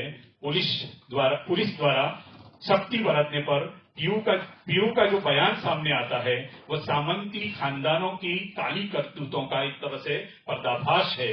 पीरू कहता है, हम गरीबों के घर की बहु बेटियां पैदा ही मालिक को खुश करने उनकी हवस के लिए होती है। तो सरकार तारिक मालिक जब भी हॉस्टल से यहाँ आते थे गुलशन को बुलवा लेते थे। जब वह हमल से हो गई और छोटे मालिक की सगाई एक बड़े अफसर की इकलौती बिटिया से तय हुई थी, मेरी तो बिटिया पागल है, उसका जीना मरना कोई अर्थ नहीं रखता। तो जब वह कुएं पर गई तो मैंने पीछे से उसे ढकेल दिया। शफकत इस दर्द को झेल गई। वक्त के मरहम ने पहले दिमाग से और फिर दिल से इस कसक को मिटा दिया, लेकिन इसके लिए उसने तारीख को कभी माफ नहीं किया। दब से जल उठने वाले और दब से बुझ जाने वाले जुगनुओं को जब वह देखती तो उसे अक्सर तारीख याद आ जाता। उसकी निगाह में हमेशा तारीख दो लड़कियों का कातिल बना रहा। शफकत का रास्ता समझौते का रास्ता नहीं है। वह तड़पती जरूर है लेकिन अपनी जिंदगी में रोशनी भरने के लिए तारीख को भूलकर आगे भी बढ़ जाती है। नासिरा शर्मा की दूसरी जो कहानी खुदा की वापसी बड़ी उल्लेखनीय कहानी है, और इस कहानी का जो पात्र है फरजाना, वो एक ऐसा ही सशक्त स्त्री पात्र है जो झूठ की बुनियाद पर शुरू हुए रिश्ते को नकारती हुए अपने किरदार के हथियार को इतना तेज और चमकदार बनाती है कि उसका इंसानी वजूद कायम रहता है। उसका निकाह एक पढ़े लिखे उसकी अपनी मर्जी से जुबैर नामक एक लड़के से हुआ था, और पहले ही दिन जुबैर ने मजहबी किताबों का हवाला देकर उसे ये कहा कि जो औरत मेहर पहले दिन माफ कर देती है वो औरत अपने शौहर के लिए बड़ी मुबारक होती है। तो उसने खुशी खुशी अपनी मेहर जो है वो माफ कर दी, लेकिन बाद में वो छानबीन करती है कि क्या असल में मजहबी किताबों में ये है, और उसे पता चलता है कि ऐसा कुछ भी नहीं है। तो उसका जो रिश्ता था वो एक झूठ की बुनियाद पर, बाद में वो अपने शौहर से बात करती है कि ऐसा तुमने क्यों किया, तो वो कहता है मैंने ऐसे ही किया था, लो मैं तुम्हें लाख दे देता हूं। तो पर वो मानती नहीं, और इसके बाद उसने जो सवाल खड़ा किया अपने पति से, पति को छोड़ते समय, वो सवाल बड़ा महत्वपूर्ण है। वो कहती है कि यदि तुम्हें रस्में तोड़नी थी, बगावत करनी थी, तो एक नई जिंदगी की बुनियाद डालते, उसके नियम नए होते, धर्म के बनाए कानून को नकारना था तो नास्तिक बन क्रांति करते, मगर वे खतरे तो मोल नहीं ले सकते थे। नियम और कानून से बंधी जिंदगी को कबूल करके उसमें से उन नियमों को छांटना जो तुम्हारे लाभ में होते हैं, और उनको रद्द कर देना जो तुम्हारे फायदे में आते हैं, क्या यह गुनाह नहीं है? इस सवाल के साथ वो अपने पति का घर छोड़ती है, और फिर ये इच्छा भी रखती है, ये उसकी एक आकांक्षा मन में इच्छा भी है, अरमान भी है कि अगर वो सच्चे मन से बदल कर मेरे पास आएगा जुबैर, तो मैं उसे माफ कर दूंगी। और जैसा कि मजहब में है कि खुदा के बाद अगर किसी को सिजदा वाजिब है तो वो दुनियाई खुदा यानी पति को वाजिब है, तो अगर वो बदल कर मेरे पास आता है तो मैं उसको सिजदा करने के लिए भी तैयार हूं। लेकिन उसके ये अरमान अधूरे ही रह जाते हैं। लेकिन इसका ये विरोध जो है वो यहाँ बहुत महत्वपूर्ण है। तो इस तरह से खास करके 2000 तक आते आते जो स्त्री है, मुस्लिम समाज की स्त्री, वो भी काफी बदली हुई नजर आती है। ऐसा मैंने इन कहानियों को पढ़ते हुए देखा है। आप सब ने मुझे सुना और मैंने कोशिश की कि बहुत कम समय में अपनी बात को रख सकूं। खास करके गुर्जर भारती ने मुझे यहाँ बोलने का अवसर दिया, मौका दिया। इसके लिए मैं आलोक सर, ईश्वर सिंह और गुर्जर भारती के सभी पदाधिकारियों का आभारी हूँ। आप सब ने सुना, इसके लिए आप सबका धन्यवाद। Thank you.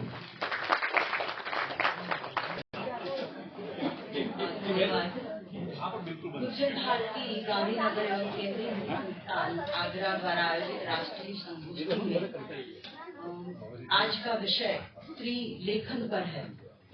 बहुत सारी बातें हुई स्त्री लेखन में, स्त्री संवेदना, वेदना, उसकी बात।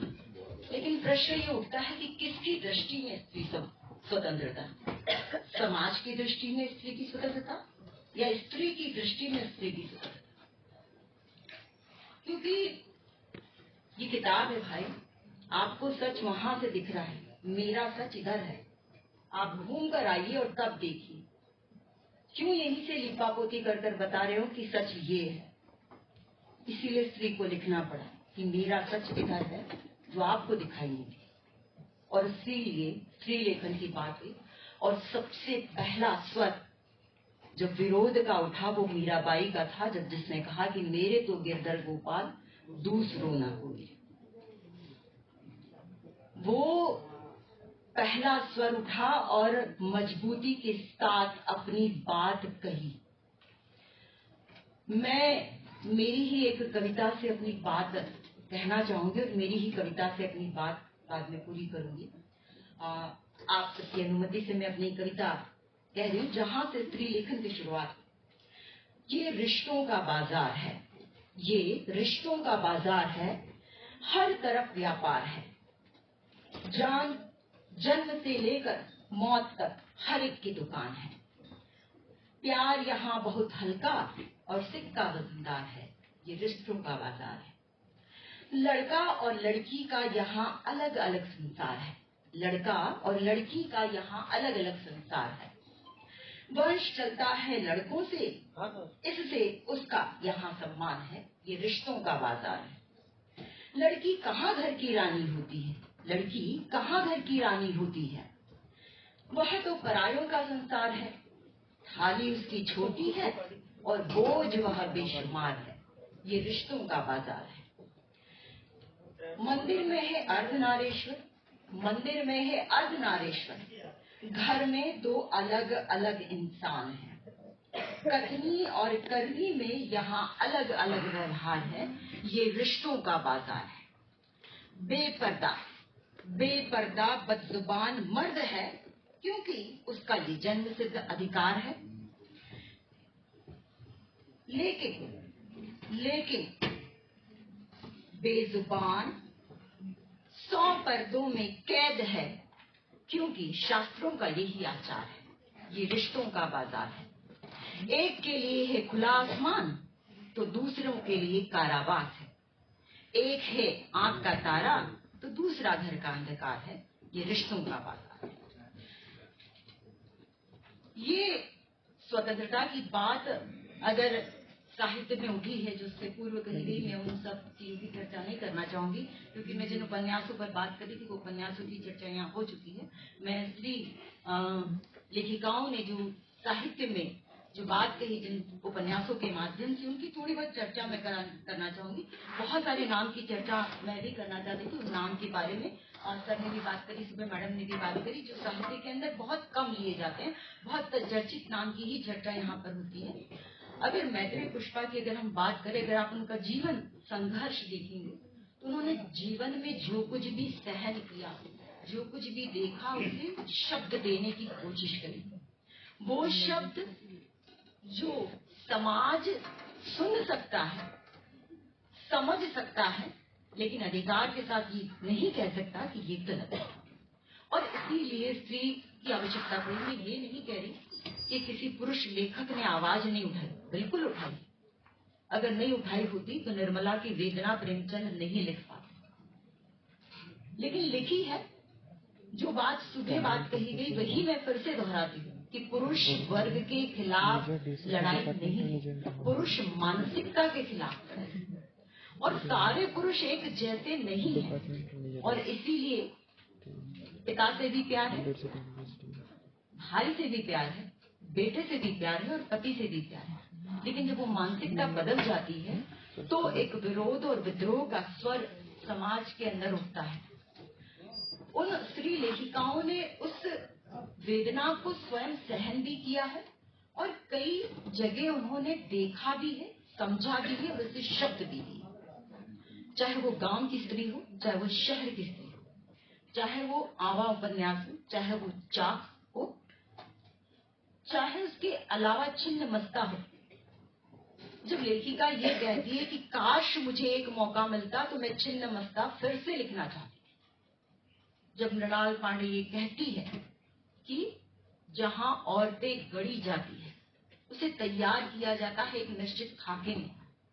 और किस खाके में? रिवाजों के नाम पर, परंपराओं के नाम पर, संस्कारों के नाम पर, संस्कृति के नाम पर। और वो सारे खाके जो तैयार होते हैं उसमें स्त्री को ही फिट रहना पड़े। मैं आपको एक उदाहरण बता दूं कि मेरे कॉलेज के अंदर 55 खंबे लाल दीवारें उपन्यास मैं पढ़ा रही थी। बहुत साल पुरानी बात हो गई है। तो बच्चों से मैंने पूछा कि क्या सुषमा ने सही किया जब वो अंत में नहीं जाती और रुक जाती है कि नहीं मुझे नहीं जाना, वो नील के साथ नहीं जाती। तो कुछ लड़कों ने कहा कि हाँ मैडम सही किया। मैंने कहा क्यों? बोले घर परिवार को नहीं देखना है, उसकी जिम्मेदारी है। तो मैंने लड़कियों से पूछा तो ये जो है ना औरतें गढ़ी जाती है, लड़कियों ने भी कहा कि हाँ मैडम सही किया, उसकी घर की जिम्मेदारी है। फिर मैंने पूछा कि अब तुम बताओ, सुषमा की जगह तुम हो, सारी जिम्मेदारी तुम्हें निभानी है, तुम ही लड़की हो, वो तुम ही सब कुछ हो, अब बोलो तुम नील के साथ जाओगी या नहीं जाओगी। तब चुप, और फिर धीरे से आवाज आई कि हाँ। तो ये हम एक फ्रेम में सारी चीजों को गढ़ देते हैं और फिर सारी चीजों को फिर बाद में हम साबुन से नहाकर साफ सुथरा करके हम बताते हैं कि नहीं स्त्री ये है। नहीं भाई, स्त्री वो भी है जो अपने दर्द को भी बयान कर सकती है, जो अपनी इच्छा को भी बयान कर सकती है। अगर वो यौन शिक्षा के ऊपर बात करना चाहती तो वो कर सकती है, क्यों नहीं करेगी? क्योंकि ये अधिकार किसी एक वर्ग के पास नहीं है। जब चाक उपन्यास की बात आई तो वो विवादों में ज्यादा रहा, लेकिन यही सारी चीजें हैं कि जब स्त्री जब अपनी बात कहती है तो अगर वो चुप रह जाती तो वो संस्कारी है, अगर वो विरोध करती है तो उसे ऐसा नहीं करना चाहिए। कई सारे प्रश्न उठे जब अभी वर्तमान की स्थितियों में चल रहे थे, वो सारे प्रश्न उठे और उन प्रश्नों को लेकर मेरे मन में भी कई तरह की बातें उठती है और जगती है कि जब एक लेखिका के रूप में जब अंदर से बहुत सारे प्रश्न उमड़ते हैं ना, तब है ना कई सारी चीजें है ना प्रश्न चिन्ह बनकर रह जाती है कि लिखना है या नहीं लिखना है। लेकिन लेखनी दी है हमको, परिवार ने, पिता ने, माता ने, भाई बहनों ने ये ताकत दी है कि आप लिखो। लेकिन मैं उस औरत की बात कर रही हूँ जहाँ पर वो ताकत नहीं मिली है, न पिता की तरफ से न भाई की तरफ से। मैं अपने परिवार की बात कर देती हूँ, कट्टर ब्राह्मण परिवार राजस्थान का। किराए के मकान में हम रहते थे, मकान मालिक बनिया थे, फिर भी मेरे रसोई घर में मेरी दादी उन्हें आने नहीं देती थी और हमें बड़ा गुस्सा आता था, मेरी फ्रेंड को मेरे रसोई घर में क्यों नहीं आने देती। लेकिन वही परिवार जब मेरी बुआ की बड़ी, मतलब वो मैं शायद शब्दों में बयान नहीं कर पाऊं कि जब लोहे के सलिए गर्म करके शरीर पर चिपकाए गए ससुराल के अंदर, और उस बुआ का केस मेरे दादाजी ने लड़ा। और उस समय उस समाज में शायद आज भी नर्स की नौकरी नहीं की जा सकती है, उस समय, आज से मैं 60 साल पहले की बात कर रही हूँ, मेरे दादाजी ने कहा कि नर्स की नौकरी करेगी हॉस्पिटल में। और मेरी बुआ जीवन भर हमारे साथ रही। और वो जो चीज है, जब पहली बार हम स्कूल से आ रहे थे, मैं रतलाम में पढ़ा करती थी, स्कूल से आ रहे थे और एक लड़के ने गलत तरीके से पीठ पर छुआ, मैं घर आकर रोई और मुझे लगा कि मेरी बुआ अपनी बाह में लेकर मुझे उतारेगी। उन्होंने 2 खींच के मुझे झापड़ मारी कि उसने छुआ, तू आ कैसे गई घर में, तेने 2 सामने से क्यों नहीं मारी। और वहीं से शुरुआत हुई कि विरोध की, कि अगर कुछ गलत है तो उसका विरोध करें। ये भी नहीं है कि हम झंडा लेकर पुरुष वर्ग के खिलाफ खड़े हो जाएं। क्यों खड़े हो जाएं भाई, नहीं जरूरत है। विमल लिबरेशन के नाम पर हम सिर्फ ये मानते हैं कि पुरुष का विरोध करना है और वही नारी स्वतंत्रता है। नहीं है नारी स्वतंत्रता। नारी स्वतंत्रता केवल उस सोच के खिलाफ है जो सोच हमें गलत तरीके से एनालिसिस कर रही है, हमें मूल्यांकन कर रही है।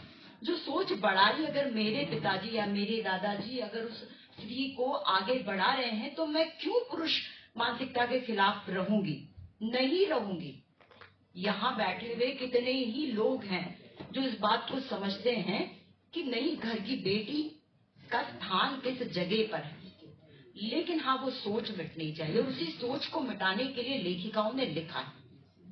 उन्होंने उन चीजों को, उन वाक्यों को, उन शब्दों को, उन संवेदनाओं को, उन वेदनाओं को, उन भावनाओं को शब्द दिए हैं, जो शब्द जमीन में गाड़ दिए गए, जिन्हें बहुत अंदर तक गाड़ दिया गया था और जिसके ऊपर एक अच्छा सुंदर सा जो चित्र बना दिया गया या ऊपर सुंदर सा घर बना दिया गया, जिसके नाम पर लटका दिया गया हमारे संस्कार हैं।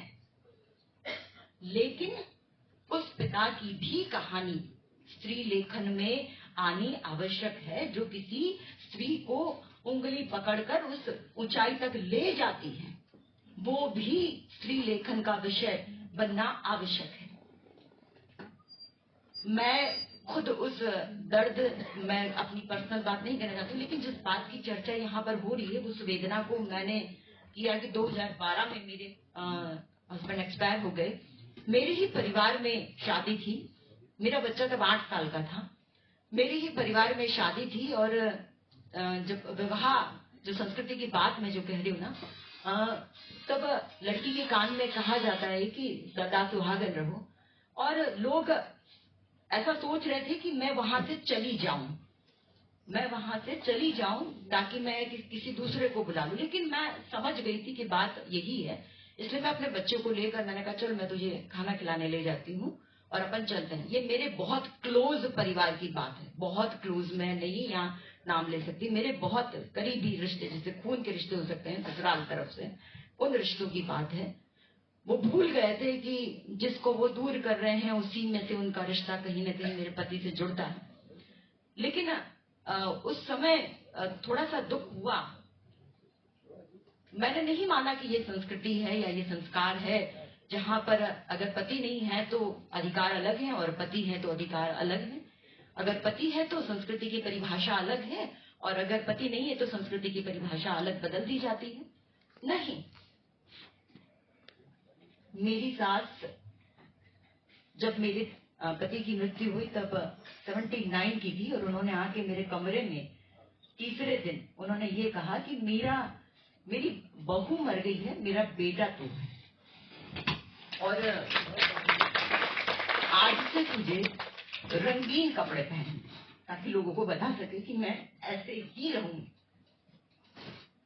और कहाँ फिर हम संस्कारों की बात करते हैं कि पुराने जमाने में ये होता था, जब 79 ईयर की लेडी मुझे जब ये कह सकती है और जब 45 ईयर की औरतें मुझे देखकर मुंह फेर कर ये सोचती कि इससे न कहा जाए कि तुम कान में ये कह दो कि सदा सुहागन रही। तो वो सोच जो है ना, वो सोच न तो शिक्षा दे सकती है न संस्कार दे सकती है, वो सोच दे सकती है आपके अपने अनुभव और आसपास जो कुछ भी है ना उसको फील करने की जो सेंसिटिविटी आपके अंदर है, जो संवेदनाएं हैं। जब हमारी संवेदनाएं मर जाती है ना तभी श्रद्धा जैसे कांड होते हैं। जब हमारी संवेदनाएं मर जाती है ना तभी अंजलि जैसे कांड होते हैं। संवेदनाएं बहुत जरूरी है। जब आप संवेदनशील है तो आप एक पुरुष को, एक बच्चे को, एक स्त्री को उसी रूप में देखेंगे और वो संवेदनाएं उन स्त्री लेखिकाओं ने अनुभव की और उन्होंने उसको व्यक्त किया। मैं अपनी एक और कविता के साथ अपनी बात पूरी करूंगी क्योंकि खाने का वक्त हो गया है। मैं उन उपन्यासों की चर्चा नहीं ज्यादा कर पाऊंगी क्योंकि लगभग इन सभी उपन्यासों की चर्चा हो चुकी है। एक ही कविता से अपनी बात करती हूँ। लड़की होकर इतना क्यों हंसती, दोस्त क्यों है, चरित्र कैसा है, लोग यही कहेंगे। अपनी हद में क्यों नहीं रहती हो, इतनी बेशर्मी तुम क्यों करती हो, लड़की होकर इतना क्यों हंसती हो। अपने निर्णय तुम कैसे लोगी, अपने निर्णय तुम कैसे लोगी, कैसे अपनी इच्छा से शादी करोगी। शास्त्रों संस्कारों की कद्र क्यों नहीं करती हो, पांव की जूती हो सर पर क्यों चढ़ती हो, लड़की होकर इतना क्यों हंसती हो। कैसी लड़की हो उन दिनों में भी अलग नहीं बैठती, कैसी लड़की हो उन दिनों में भी अलग नहीं बैठती हो। किचन में क्यों जाती हो, पानी को क्यों छूती हो, तुम अपवित्र हो ये बात क्यों नहीं समझती हो, लड़की होकर इतना क्यों हंसती हो। ये जो कविता है ये उन सारी चीजों का देखा जोखा है जो मैंने अपने जीवन में अनुभव किया है। आप सभी ने मुझे सुना, आलोक जी ने मुझे यहाँ बुलाया और ये मंच दिया और सभी बड़े बड़े वक्ताओं को मैं सुबह से सुन रही हूँ। रघुवीर जी शायद मुझे नहीं जानते लेकिन मेरे एमफिल का वाई 1987 में उन्होंने लिया था, तो मैं प्रणाम करती हूँ। डॉक्टर शिव कुमार मिश्र हिंदी के बहुत बड़े आलोचक मार्क्सवादी, मैं उनकी शिष्या हूँ और 19 नहीं 29 साल हो गए कॉलेज में करते और अनुभव और हम साथ में थे। साथ जो हम एक दोहरी लड़ाई लड़ती हैं वो चीजें अलग हैं, उनकी बात होनी चाहिए, लेकिन इसके बावजूद मैं अपनी बात को थोड़ी अलग ढंग से शुरू करना चाहती हूँ। कल हम पटोला हाउस गए थे देखने के लिए और वहाँ देखा मैं, पटोला मेरा बड़ा प्रिय वो है, बहुत महंगा होता है, खरीदना मुश्किल होता है, लेकिन भावनाएं भी तो ऐसी होती हैं, महंगी होती हैं, कोमल होती हैं, वल्नरेबल होती हैं, उसको संभाल के रखना पड़ता है, बड़ी जल्दी चोट लग जाती है। और है क्या हमारे पास, हर बात पे अपनी अस्मिता ही दांव पर लगाने को, और है ही नहीं कुछ हमारे पास, क्या करें। हर बात पे यही शर्त होती है कि झुकेंगे नहीं, झुकेगा नहीं, तो वही वाली बात है हमारे साथ में। तो जब मैंने देखा वहाँ कि पटोला कैसे बनता है, मुझे लगा एक स्त्री कैसे बनती है, बिल्कुल पटोला की तरह उसे बांधते हैं। पहले उसको अलग अलग भावों से बचपन से तैयार करते हैं, बचपन से ही तैयार करते हैं। अगर एक बेटी छोटी सी गुड़िया को लेकर खिलाती है, प्यार करती है और कहती है कि देखो उसको स्कूल भेजना है, वो बिल्कुल पूरे नाटक में आती है अपनी माँ का रूप बन करके, तो हम उस पर निहाल जाते हैं। मगर अगर ऐसा बेटा भी करे, वो भी अपनी बहन की तरह एक गुड़िया को प्यार करने लगे, उसे रोटी खिलाने लगे, उसको तैयार करके स्कूल भेजने का स्वांग करे, तो हम कहते तू पागल है क्या, क्या कर रहा है। तो ये जो पूरा का पूरा कल्चरल प्यूरिफिकेशन की बात की थी प्रमोद जी ने, हमें इसकी जरूरत है। हमें यहाँ प्यूरिफाई करना है, यहाँ हमें परिष्कार की जरूरत है सिर्फ। और होता क्या है, कहानियां क्या करती हैं, कहानियां दरअसल अपने समय को बयां करती हैं, बस सीधी सी बात। और समय जैसे बदला तो कहानियां भी बदल गई। अब जो बात सुबह अनिल जी ने उठाई कि लड़कियां कहती हैं मैं दान की वस्तु नहीं, बात वस्तु नहीं और दान नहीं की नहीं, उससे भी आगे की है। क्या करता है पिता, लड़की को दान करने का अर्थ क्या होता है, वो लड़की जिसे मैंने जन्म दिया, जो मेरे घर की थी, उसे मैंने तुम्हारे कुल को दिया, वो तुम्हारे वंश को चलाएगी, मेरा सरनेम नहीं तुम्हारा सरनेम लगाएगी। अगर विरोध करना है, जो अब हो भी रहा है कि स्त्रियां अपना सरनेम नहीं बदल रही हैं, बहुत हद तक हो रहा है ऐसा। पॉइंट ये है, हमें बहकना नहीं है, हमारा जो विषय है वो ये है। अब आप ये देखिए, एक प्रश्न वो भी है, मतलब सवाल तो वहीं से खड़ा हो जाता है कि लड़कियों को तो maternity leave versus paternity leave पर आ जाइए। मैटरनिटी लीव मिलेगी 6 महीने की और पैटर्निटी लीव मिलेगी 15 दिन की। उसमें 15 दिन का ही काम हो सकता है। 6 महीने में आप एक बच्चे को घुटनों तक चलाने के काबिल हो जाते हैं, लेकिन 15 दिन में आप क्या कर सकते हैं। तो ये जो सारे सवाल हैं, दरअसल समय भी बहुत कम है मेरे दिमाग में, तो बहुत सारी चीजें हैं। तो चीजें जब बढ़ती हैं, मैंने कहा वक्त बदलता है। मैं फिर अपनी भी बात करना चाहती हूँ कि मैंने एविएशन में काम किया और मैं उन लड़कियों में थी, बिल्कुल शुरुआत की लड़कियों में, जिन लोगों को चुना गया था एंटी सैबोटेज चेक के लिए, बम विस्फोट न होने पाए इसके लिए हम काम करते थे। और मैं वो पहली लड़की, मैं बहुत ही विनम्रता के साथ कहना चाहती हूँ कि जब मैं वहां गई और मैंने देखा, तो मेरे ऊपर 2 तरह की बातें थी। एक ये कि मुझे इस काम को करना है, मैंने उसको चुनौती की तरह स्वीकारा है, और दूसरा ये कि मुझे इसमें जीतना ही जीतना है। अगर मैं हार गई तो मेरे पीछे जो लड़कियों की फौज आनी थी वो नहीं आ सकेगी। इसलिए बहुत जरूरी था, मैं बिल्कुल तलवार की धार पर चलती थी कि मेरा हारना सिर्फ मेरी हार नहीं होगा, मेरा हारना पूरा स्त्री समाज का हारना हो जाएगा, उनको इस क्षेत्र से वंचित कर दिया जाएगा। तो जब आप उस पर चलते हैं, तो मेरे एक पूरी की पूरी एक किताब निकली, सुरक्षित पंखों की उड़ान। ये मेरे उन अनुभवों से निकली जिनसे मैं होकर गुजरी थी। जब एक डेड बॉडी आती है और मैं देखती हूँ कि मैं उस डेड बॉडी का चेक कर रही हूँ, क्यों, क्योंकि इसके अंदर भी बम हो सकता है।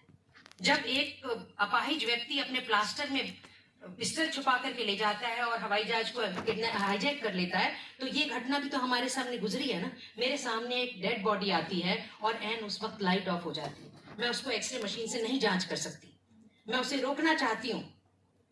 तो जिस समय मैं रोकना चाहती हूँ कि रुकिए, अभी लाइट आने दीजिए, इसकी एम्बॉमिंग हो रखी है, बहुत सारी चीजें, मैं इसको खोल कर नहीं देख सकती हूँ, मुझे रुकना ही पड़ेगा, मुझे लाइट आने की इंतजार ही करनी पड़ेगी। तो उनके बीच में से कोई कहता है कि बस देखो, लड़की भी कितनी तेज है, बिना पैसा खाए काम नहीं करेगी। तो ये जिस समाज से आप गुजरते, तब आपकी कहानियां बनती और वो कहानियां आपको बताती। मैंने कहा मेरे पास लावारिस सामान पड़ा, ये बम हो सकता है। मैं सबको रिपोर्ट कर रही हूँ जाकर के, जो मेरे सीनियर है, कि ये बम हो सकता है। मद्रास में ऐसी घटना हुई थी जब ये बम विस्फोट हुआ था, इसको विस्फोट से पहले रोक लिया जाए। और मेरे साथ क्या बोलते हैं, बड़ी आई किरण बेबी। तो ये दंश जब आप सुनते हैं, जब सहते हैं, जब आप एक डिस्प्रिन की गोली के साथ बहुत कुछ पी जाते हैं, तब आप कहानियां लिखते हैं, और वो कहानियां बिल्कुल अलग होती हैं। हालांकि ये बात और है कि उसको उस तरह से चर्चा में नहीं लिया जाता, उन्हें टेक्नो लिटरेरी कहानी कहते के अलग खड़ा कर दिया जाता है। अब इसका जब विमर्श होगा तब शायद उस पर बात की जाएगी।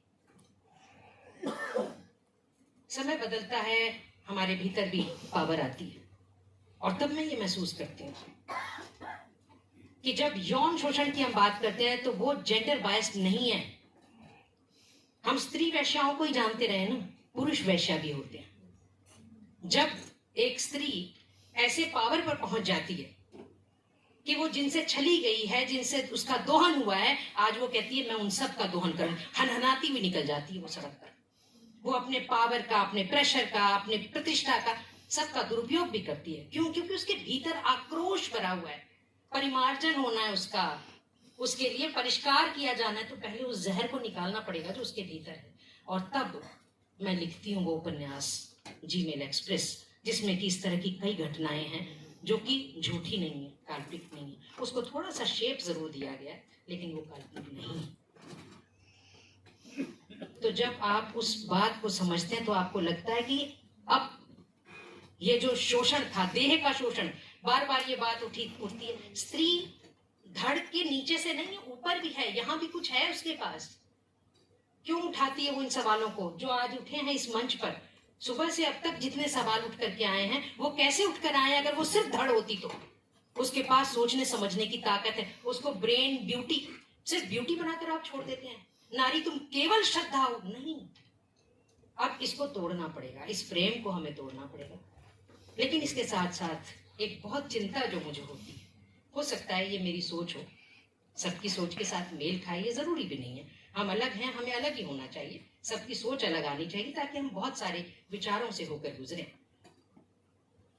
तो मुझे ऐसा लगता है कि स्त्री कितनी भी आगे जाए, उसके आगे जाने की राह अलग है, वो पुरुष को रिप्लेस करके नहीं जाए। अगर वो पुरुष को रिप्लेस कर लेगी तो वो तो पुरुष हो जाएगी, फिर स्त्री कहाँ रह गई? उसने जो भी पाया वो स्त्री होके कहाँ पाया? मैं स्त्री होके पाना चाहती हूँ। इस समाज में, इस दुनिया में ईश्वर ने पहाड़ भी बनाए हैं और नदियां भी बनाई हैं। पहाड़ की अपनी जरूरत है और नदियों की अपनी जरूरत है। बिल्कुल उसी तरह जैसे स्त्री की अपनी जरूरत है और पुरुष की भी अपनी जरूरत है। पुरुष का स्त्री हो जाना। मुझे याद है हमारे एयरपोर्ट पे एक कमर्शियल के व्यक्ति थे और वो बड़े अंदाज से बोला करते थे, आपकी टिकट करा दूं क्या मैं, आप यहाँ क्यों खड़ी हैं? तो सब हंसते थे। वो हास्यास्पद होता था, बिल्कुल इतना ही हास्यास्पद होता है अगर कोई लड़की बेमतलब का बोल्ड होना चाहती है। और मैं ये भी कहना चाहती हूँ कि ये जो स्त्री विमर्श के नारे लेकर के खड़े हैं और जिन्होंने ये पूरा का पूरा स्ट्रक्चर खड़ा किया है, दरअसल उनके भीतर भी कहीं ना कहीं स्त्री को छलने की ही मानसिकता रही। कभी अबला बना करके तुम देवी बन जाओ, तुम धरती बन जाओ, तुम श्रद्धा बन जाओ। क्यों इंसान क्यों ना बनो तुम? मैं इंसान बन के पैदा हुई हूँ, मेरे अंदर सब चीजें हैं जो आपके भीतर है। मैं भी सब कुछ अपनी निगाह से देखना चाहती हूँ, मैं आपकी निगाह से क्यों देखूं? और या फिर तुम इतनी बोल्ड हो जाओ कि खुद को बिल्कुल निर्वस्त्र कर दो ताकि फिर तुम्हें ही सुख मिले। नहीं, तुम्हारे खातिर नहीं होना मुझे कुछ भी। ये अगर चुन्नी हटानी है या मुझे जीन्स पहनना, ये मैं तय करूँ, ये समाज तय नहीं करेगा। मुझे कितना उघाड़ना है और कितना ढकना है ये मैं तय करूंगी, समाज तय नहीं करेगा। एक छोटी सी पंक्ति की मेरी कविता मुझे यहाँ ध्यान आती है। मुझे लगता है उसके अंदर काफी चीज मैंने अपने शायद सारी जिंदगी में जो कुछ महसूस किया बतौर एक लड़की, उसको मैंने इतने भर में कहा है कि पहली पंक्ति मतलब एक ही पंक्ति बोल रही हूँ मैं। जिंदगी की चादर, एक लड़की रहती है नींद में भी सजग।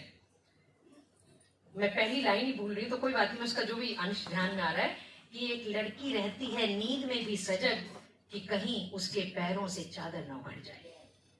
हम सो भी नहीं सकते, ये झूठी बात नहीं है, हम सो भी नहीं सकते ठीक से कि कहीं पैरों से चादर न उड़ जाए।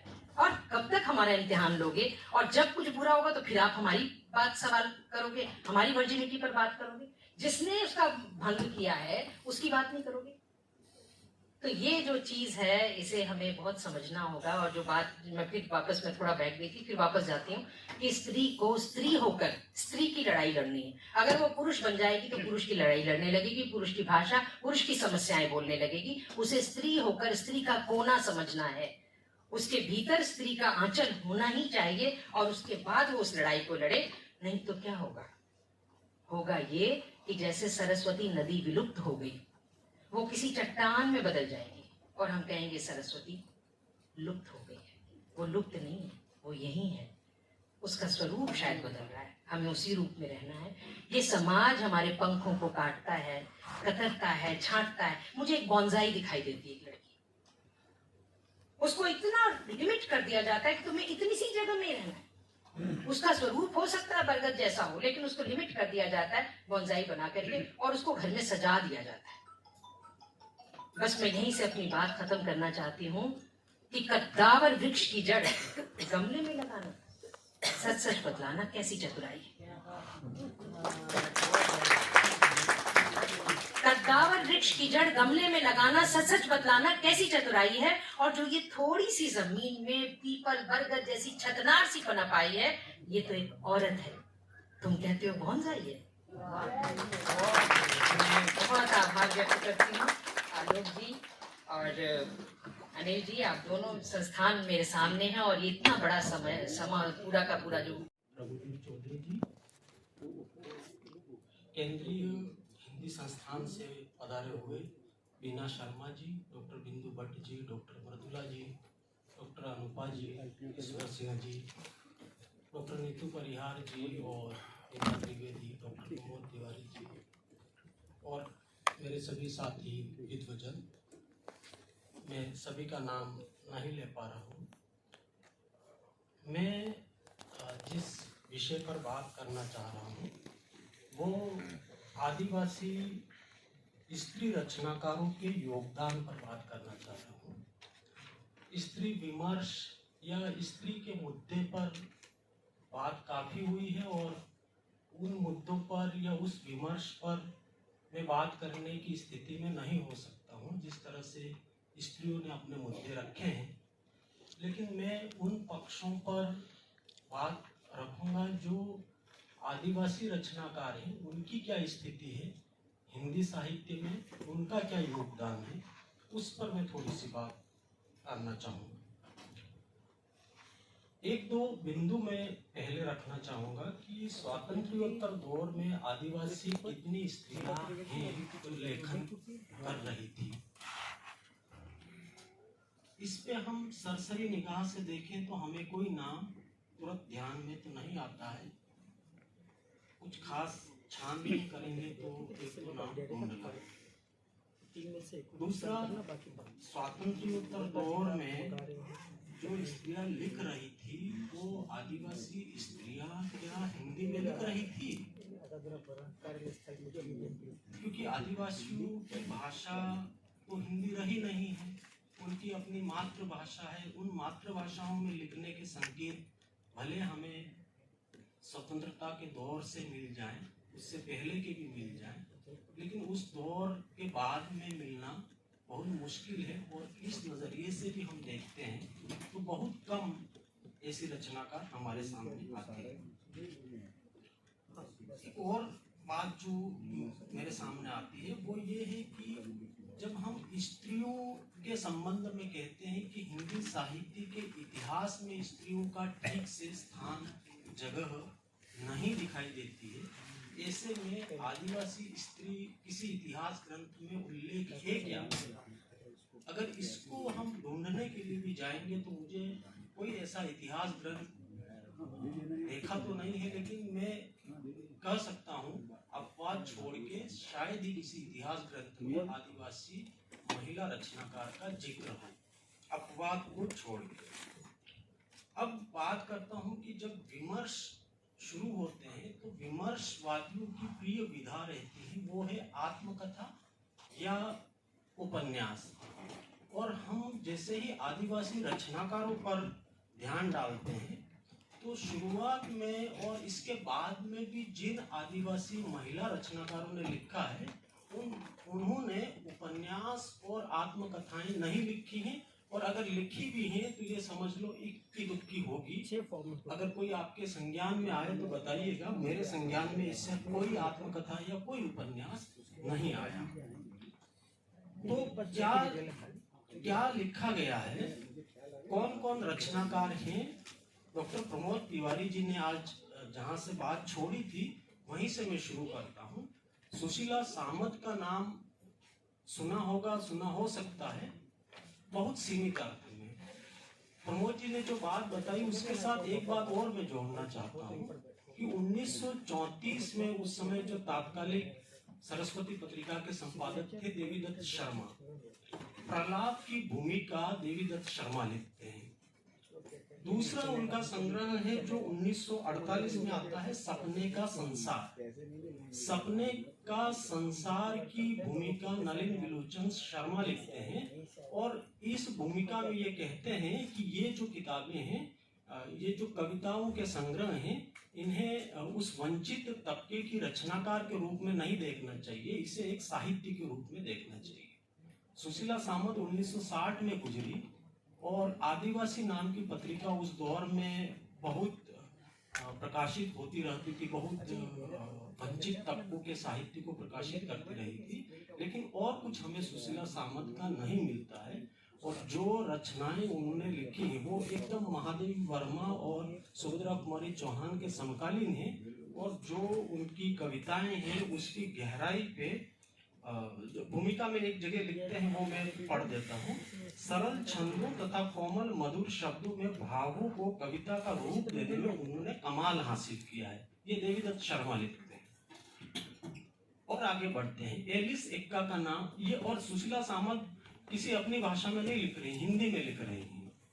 एलिस एक्का का नाम सुना होगा, 1917 से 1978 तक का इनका समय है और एलिस एक्का की 6 कहानियां अभी एलिस एक्का की कहानियां नाम से वंदना टेटे ने प्रकाशित करवाई हैं और ये 6 कविताएं उस समय की पत्रिकाओं में छपी थी जो अलग अलग जगह से मिली।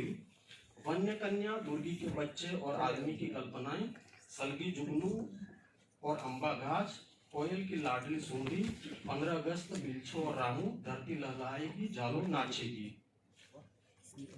गाएगी। एलिस एक्का के संबंध में एक आलेख आरती चौधरी ने लिखा है, उसमें वो कहती हैं कि हिंदी साहित्य के लिए एलिस एक्का एक सामान्य लेखिका होगी। आलोचकों पर उनकी कहानियां कोई विशेष प्रभाव भले न छोड़े, लेकिन यह भी सच है कि एलिस एक्का की रचनाएं सामान्य होते हुए भी पहली बार हास्य के समाज को साहित्य का विषय बनाते हैं। सुशीला सामंत की रचनाओं को आप देखेंगे तो विमर्शवादी नहीं है, स्त्री के मुद्दे नहीं है, उसमें प्रकृति की बात की गई है, सहजीविता की बात की गई है, रसाव बसाव की बात कही गई है। और यहाँ पे एलिस एक्का उनसे थोड़ा सा बाद में आती है और उसमें आप देखेंगे आदिवासी समुदाय की संस्कृति आनी शुरू होती है। और आगे बढ़े, रोज केरकेट्टा 1940 में जन्म हुआ, अभी भी वो लिख रहे हैं, वो विशेषकर अपनी भाषाओं में लिख रहे हैं। जनजातीय क्षेत्रीय भाषा विभाग रांची से सेवानिवृत्त हुई है। उनके 2 कहानी संग्रह, पगहा जोरी जोरी के घाटों और बिरुवार घमचा तथा अन्य कहानियां। हिंदी मातृभाषा जिनकी नहीं है वो लेखिकाएं हिंदी में शिफ्ट हो रही हैं। रोज केरकेट्टा कुछ उसी तरह की है, शुरू में वो हिंदी में नहीं लिख रही है लेकिन वो शिफ्ट हुई और समय के साथ शिफ्ट हुई। और ये जो पगहा जोरी जोरी रे घाटो 2009 में प्रकाशित होता है और इससे पहले उनकी एक लंबी यात्रा हो चुकी है। प्यारा केरकेट्टा फाउंडेशन है, वहां से कई किताबें निकाल चुकी हैं। ग्रेस कुजूर है, उनकी मात्र उराव है, कुडुक भाषा उनकी मातृभाषा है और 1966 से कविताएं का संकलन नहीं आया है। युद्ध, आम आदमी, आज, अखरा, हिंदुस्तान जैसी कई पत्रिकाओं और जो संपादित पुस्तकें हैं उनमें प्रकाशित हुए हैं। फ्रांसिस का कुजूर का मूसल नाम से संग्रह आया है। वंदना टेटे का नाम संभवतः कुछ विमर्श से काम करने वाले लोगों ने जरूर सुना होगा। उन्होंने आदिवासी दर्शन को लेकर महत्वपूर्ण कार्य किया, अपनी किताबें भी लिखी, आलोचनाएं भी लिखी और उस पे अपनी रचनाएं भी लिखी। कौन जोगा नाम से एक कविता संग्रह है, बहुत प्रसिद्ध हुआ। एलिस एक्का की कहानियों का संपादन किया, लोकप्रिय कहानियों का संपादन किया। और एक बहुत महत्वपूर्ण किताब, शायद मुझे हिंदी में ऐसी किताब नहीं ध्यान में आती है जैसी वंदना टेटे ने प्रकाशित की। उस संग्रह का नाम है कवि मन जनीमन आदिवासी कविताएं, कवि मन जनीमन। और इस कविता संग्रह में आप देखेंगे 12 प्रतिनिधि कवियों की कविताएं शामिल हैं। सुषमा असुर, रोज केरकेट्टा, ग्रेस कुजूर, प्यारी टूटी, दूसरी पारी का लेखन जब वो शुरू कर रही हैं तब ग्रेस प्यारी टूटी है जो 1951 के बाद से 2011 में वो उनका प्रकाशन हो रहा है। फ्रांसिस्का कुजूर, उज्ज्वला, ज्योति तिग्गा, दमयंती, शांति खलको, यशोदा मुर्मू, ज्योति लकड़ा, जसिंता केरकेट्टा, वंदना टेटे। संभवतः ये नाम आपने सुने होंगे, कुछ नहीं भी सुने हो सकते हैं। तो एक ऐसी पूरी आदिवासी स्त्रियों के मन का एक संग्रह हमारे सामने 2019 में आता है। तो ये एक आप देखेंगे कि कैसे जो आदिवासी, जो हम मुख्य धारा का साहित्य कह रहे, इतिहास कह रहे हैं, उसमें आप इस तरह की प्रवृत्तियों को भी हम देख पाते हैं। एक दो कविताएं मैं आपको सुनाता हूँ जिससे आपको इनके टेस्ट का आपको पता चल पाए। वंदना टेटे की सबसे सुंदर स्त्री हो जाती हूँ, टांगी, हासिया, दाब, दरांती, ये सब हमारी सुंदरता के प्रसाधन हैं, जिन्हें हाथ में पकड़ते ही मैं दुनिया की सबसे सुंदर स्त्री हो जाती हूँ। तब कहीं दूर रैंप पर लड़खड़ाती हुई टांगों वाली तुम्हारी सारी दुष्ट सुंदरियां पुतलियां पछाड़ खाकर गिर जाती हैं। प्रायोजक भाग उठते हैं, टीवी डिस्कनेक्ट हो जाता है, मोबाइल के टावर ठप हो जाते हैं जब मैं हाथ में लेती हूँ टांगी, हंसिया, दाब, दरांती या इन जैसा कुछ। ये वंदना टेटे की कविता है और आप देखेंगे कि किस तरह की कविता है। निर्मला पुतुल से आप लोग जानते हैं, उनका मुझे बताने की जरूरत नहीं है। वो कविताएं किसी भी इतिहास के उसमें आप दर्ज करोगे और वो कविताएं स्थान न रखती हो, ये हो ही नहीं सकता। वो कविताएं इस तरह की हैं जो कला के स्तर पर भी, कथ्य के स्तर पर भी स्थान रखती हैं। मुझे लगता है निर्मला पुतुल के बारे में और बताने की जरूरत नहीं है। जसिंता केरकेट्टा बहुत शानदार कविताएं इन दिनों लिख रही हैं और उनकी कविताएं भी आप देखेंगे कि बहुत विशेष स्थान रखती हैं। जसिंता की एक कविता में पढ़ के बात खत्म करूंगा। वे पेड़ों को बर्दाश्त नहीं करते क्योंकि उनकी जड़ें जमीन मांगती हैं। वे पेड़ों को बर्दाश्त नहीं करते क्योंकि उनकी जड़ें जमीन मांगती हैं। इस तरह अंगोर नाम का जो जसिंता का कविता संग्रह प्रकाशित हुआ, 4-5 साल के अंदर फ्रांसीसी, जर्मन, अंग्रेजी, तमाम भारतीय भाषाओं में उसके अनुवाद हो जाना उन कविताओं की क्षमताओं को बताता है। कुल मिलाकर पर्ची आ चुकी है, मुझे लगता है मैं लंबा खींच रहा हूँ। आदिवासी जो स्त्री रचनाकार हैं, उपन्यास और आत्मकथा से तो नहीं गई हैं, लेकिन कविताएं और कहानियां बहुत शानदार तरीके की लिखी हैं। मैंने नाम जिनके जिक्र किए, इनके अलावा भी मंजू ज्योत्सना, सरिता बड़ाई, मीरा श्रीनिवास, उषा किरण आत्राम, सुषमा असूर, ओली मीन्स, प्रीति मुर्मू जैसी रचनाकारों के नाम ले सकते हैं। पहले आदिवासी महिला लेखिकाएं अपनी आदिवासी मातृभाषा में लिखती थी, अब हिंदी में शिफ्ट हो गई हैं। अब समय के साथ विशेषकर 21वीं सदी में ये लेखिकाएं हिंदी में भी लिखने लगी हैं। इनकी कविताओं में आदिवासी जीवन दर्शन और उनके प्रमुख मुद्दे चित्रित हैं। आदिवासी महिला रचनाकारों का हिंदी साहित्य में महत्वपूर्ण योगदान है। इसे रेखांकित चिन्हित करने की आवश्यकता है।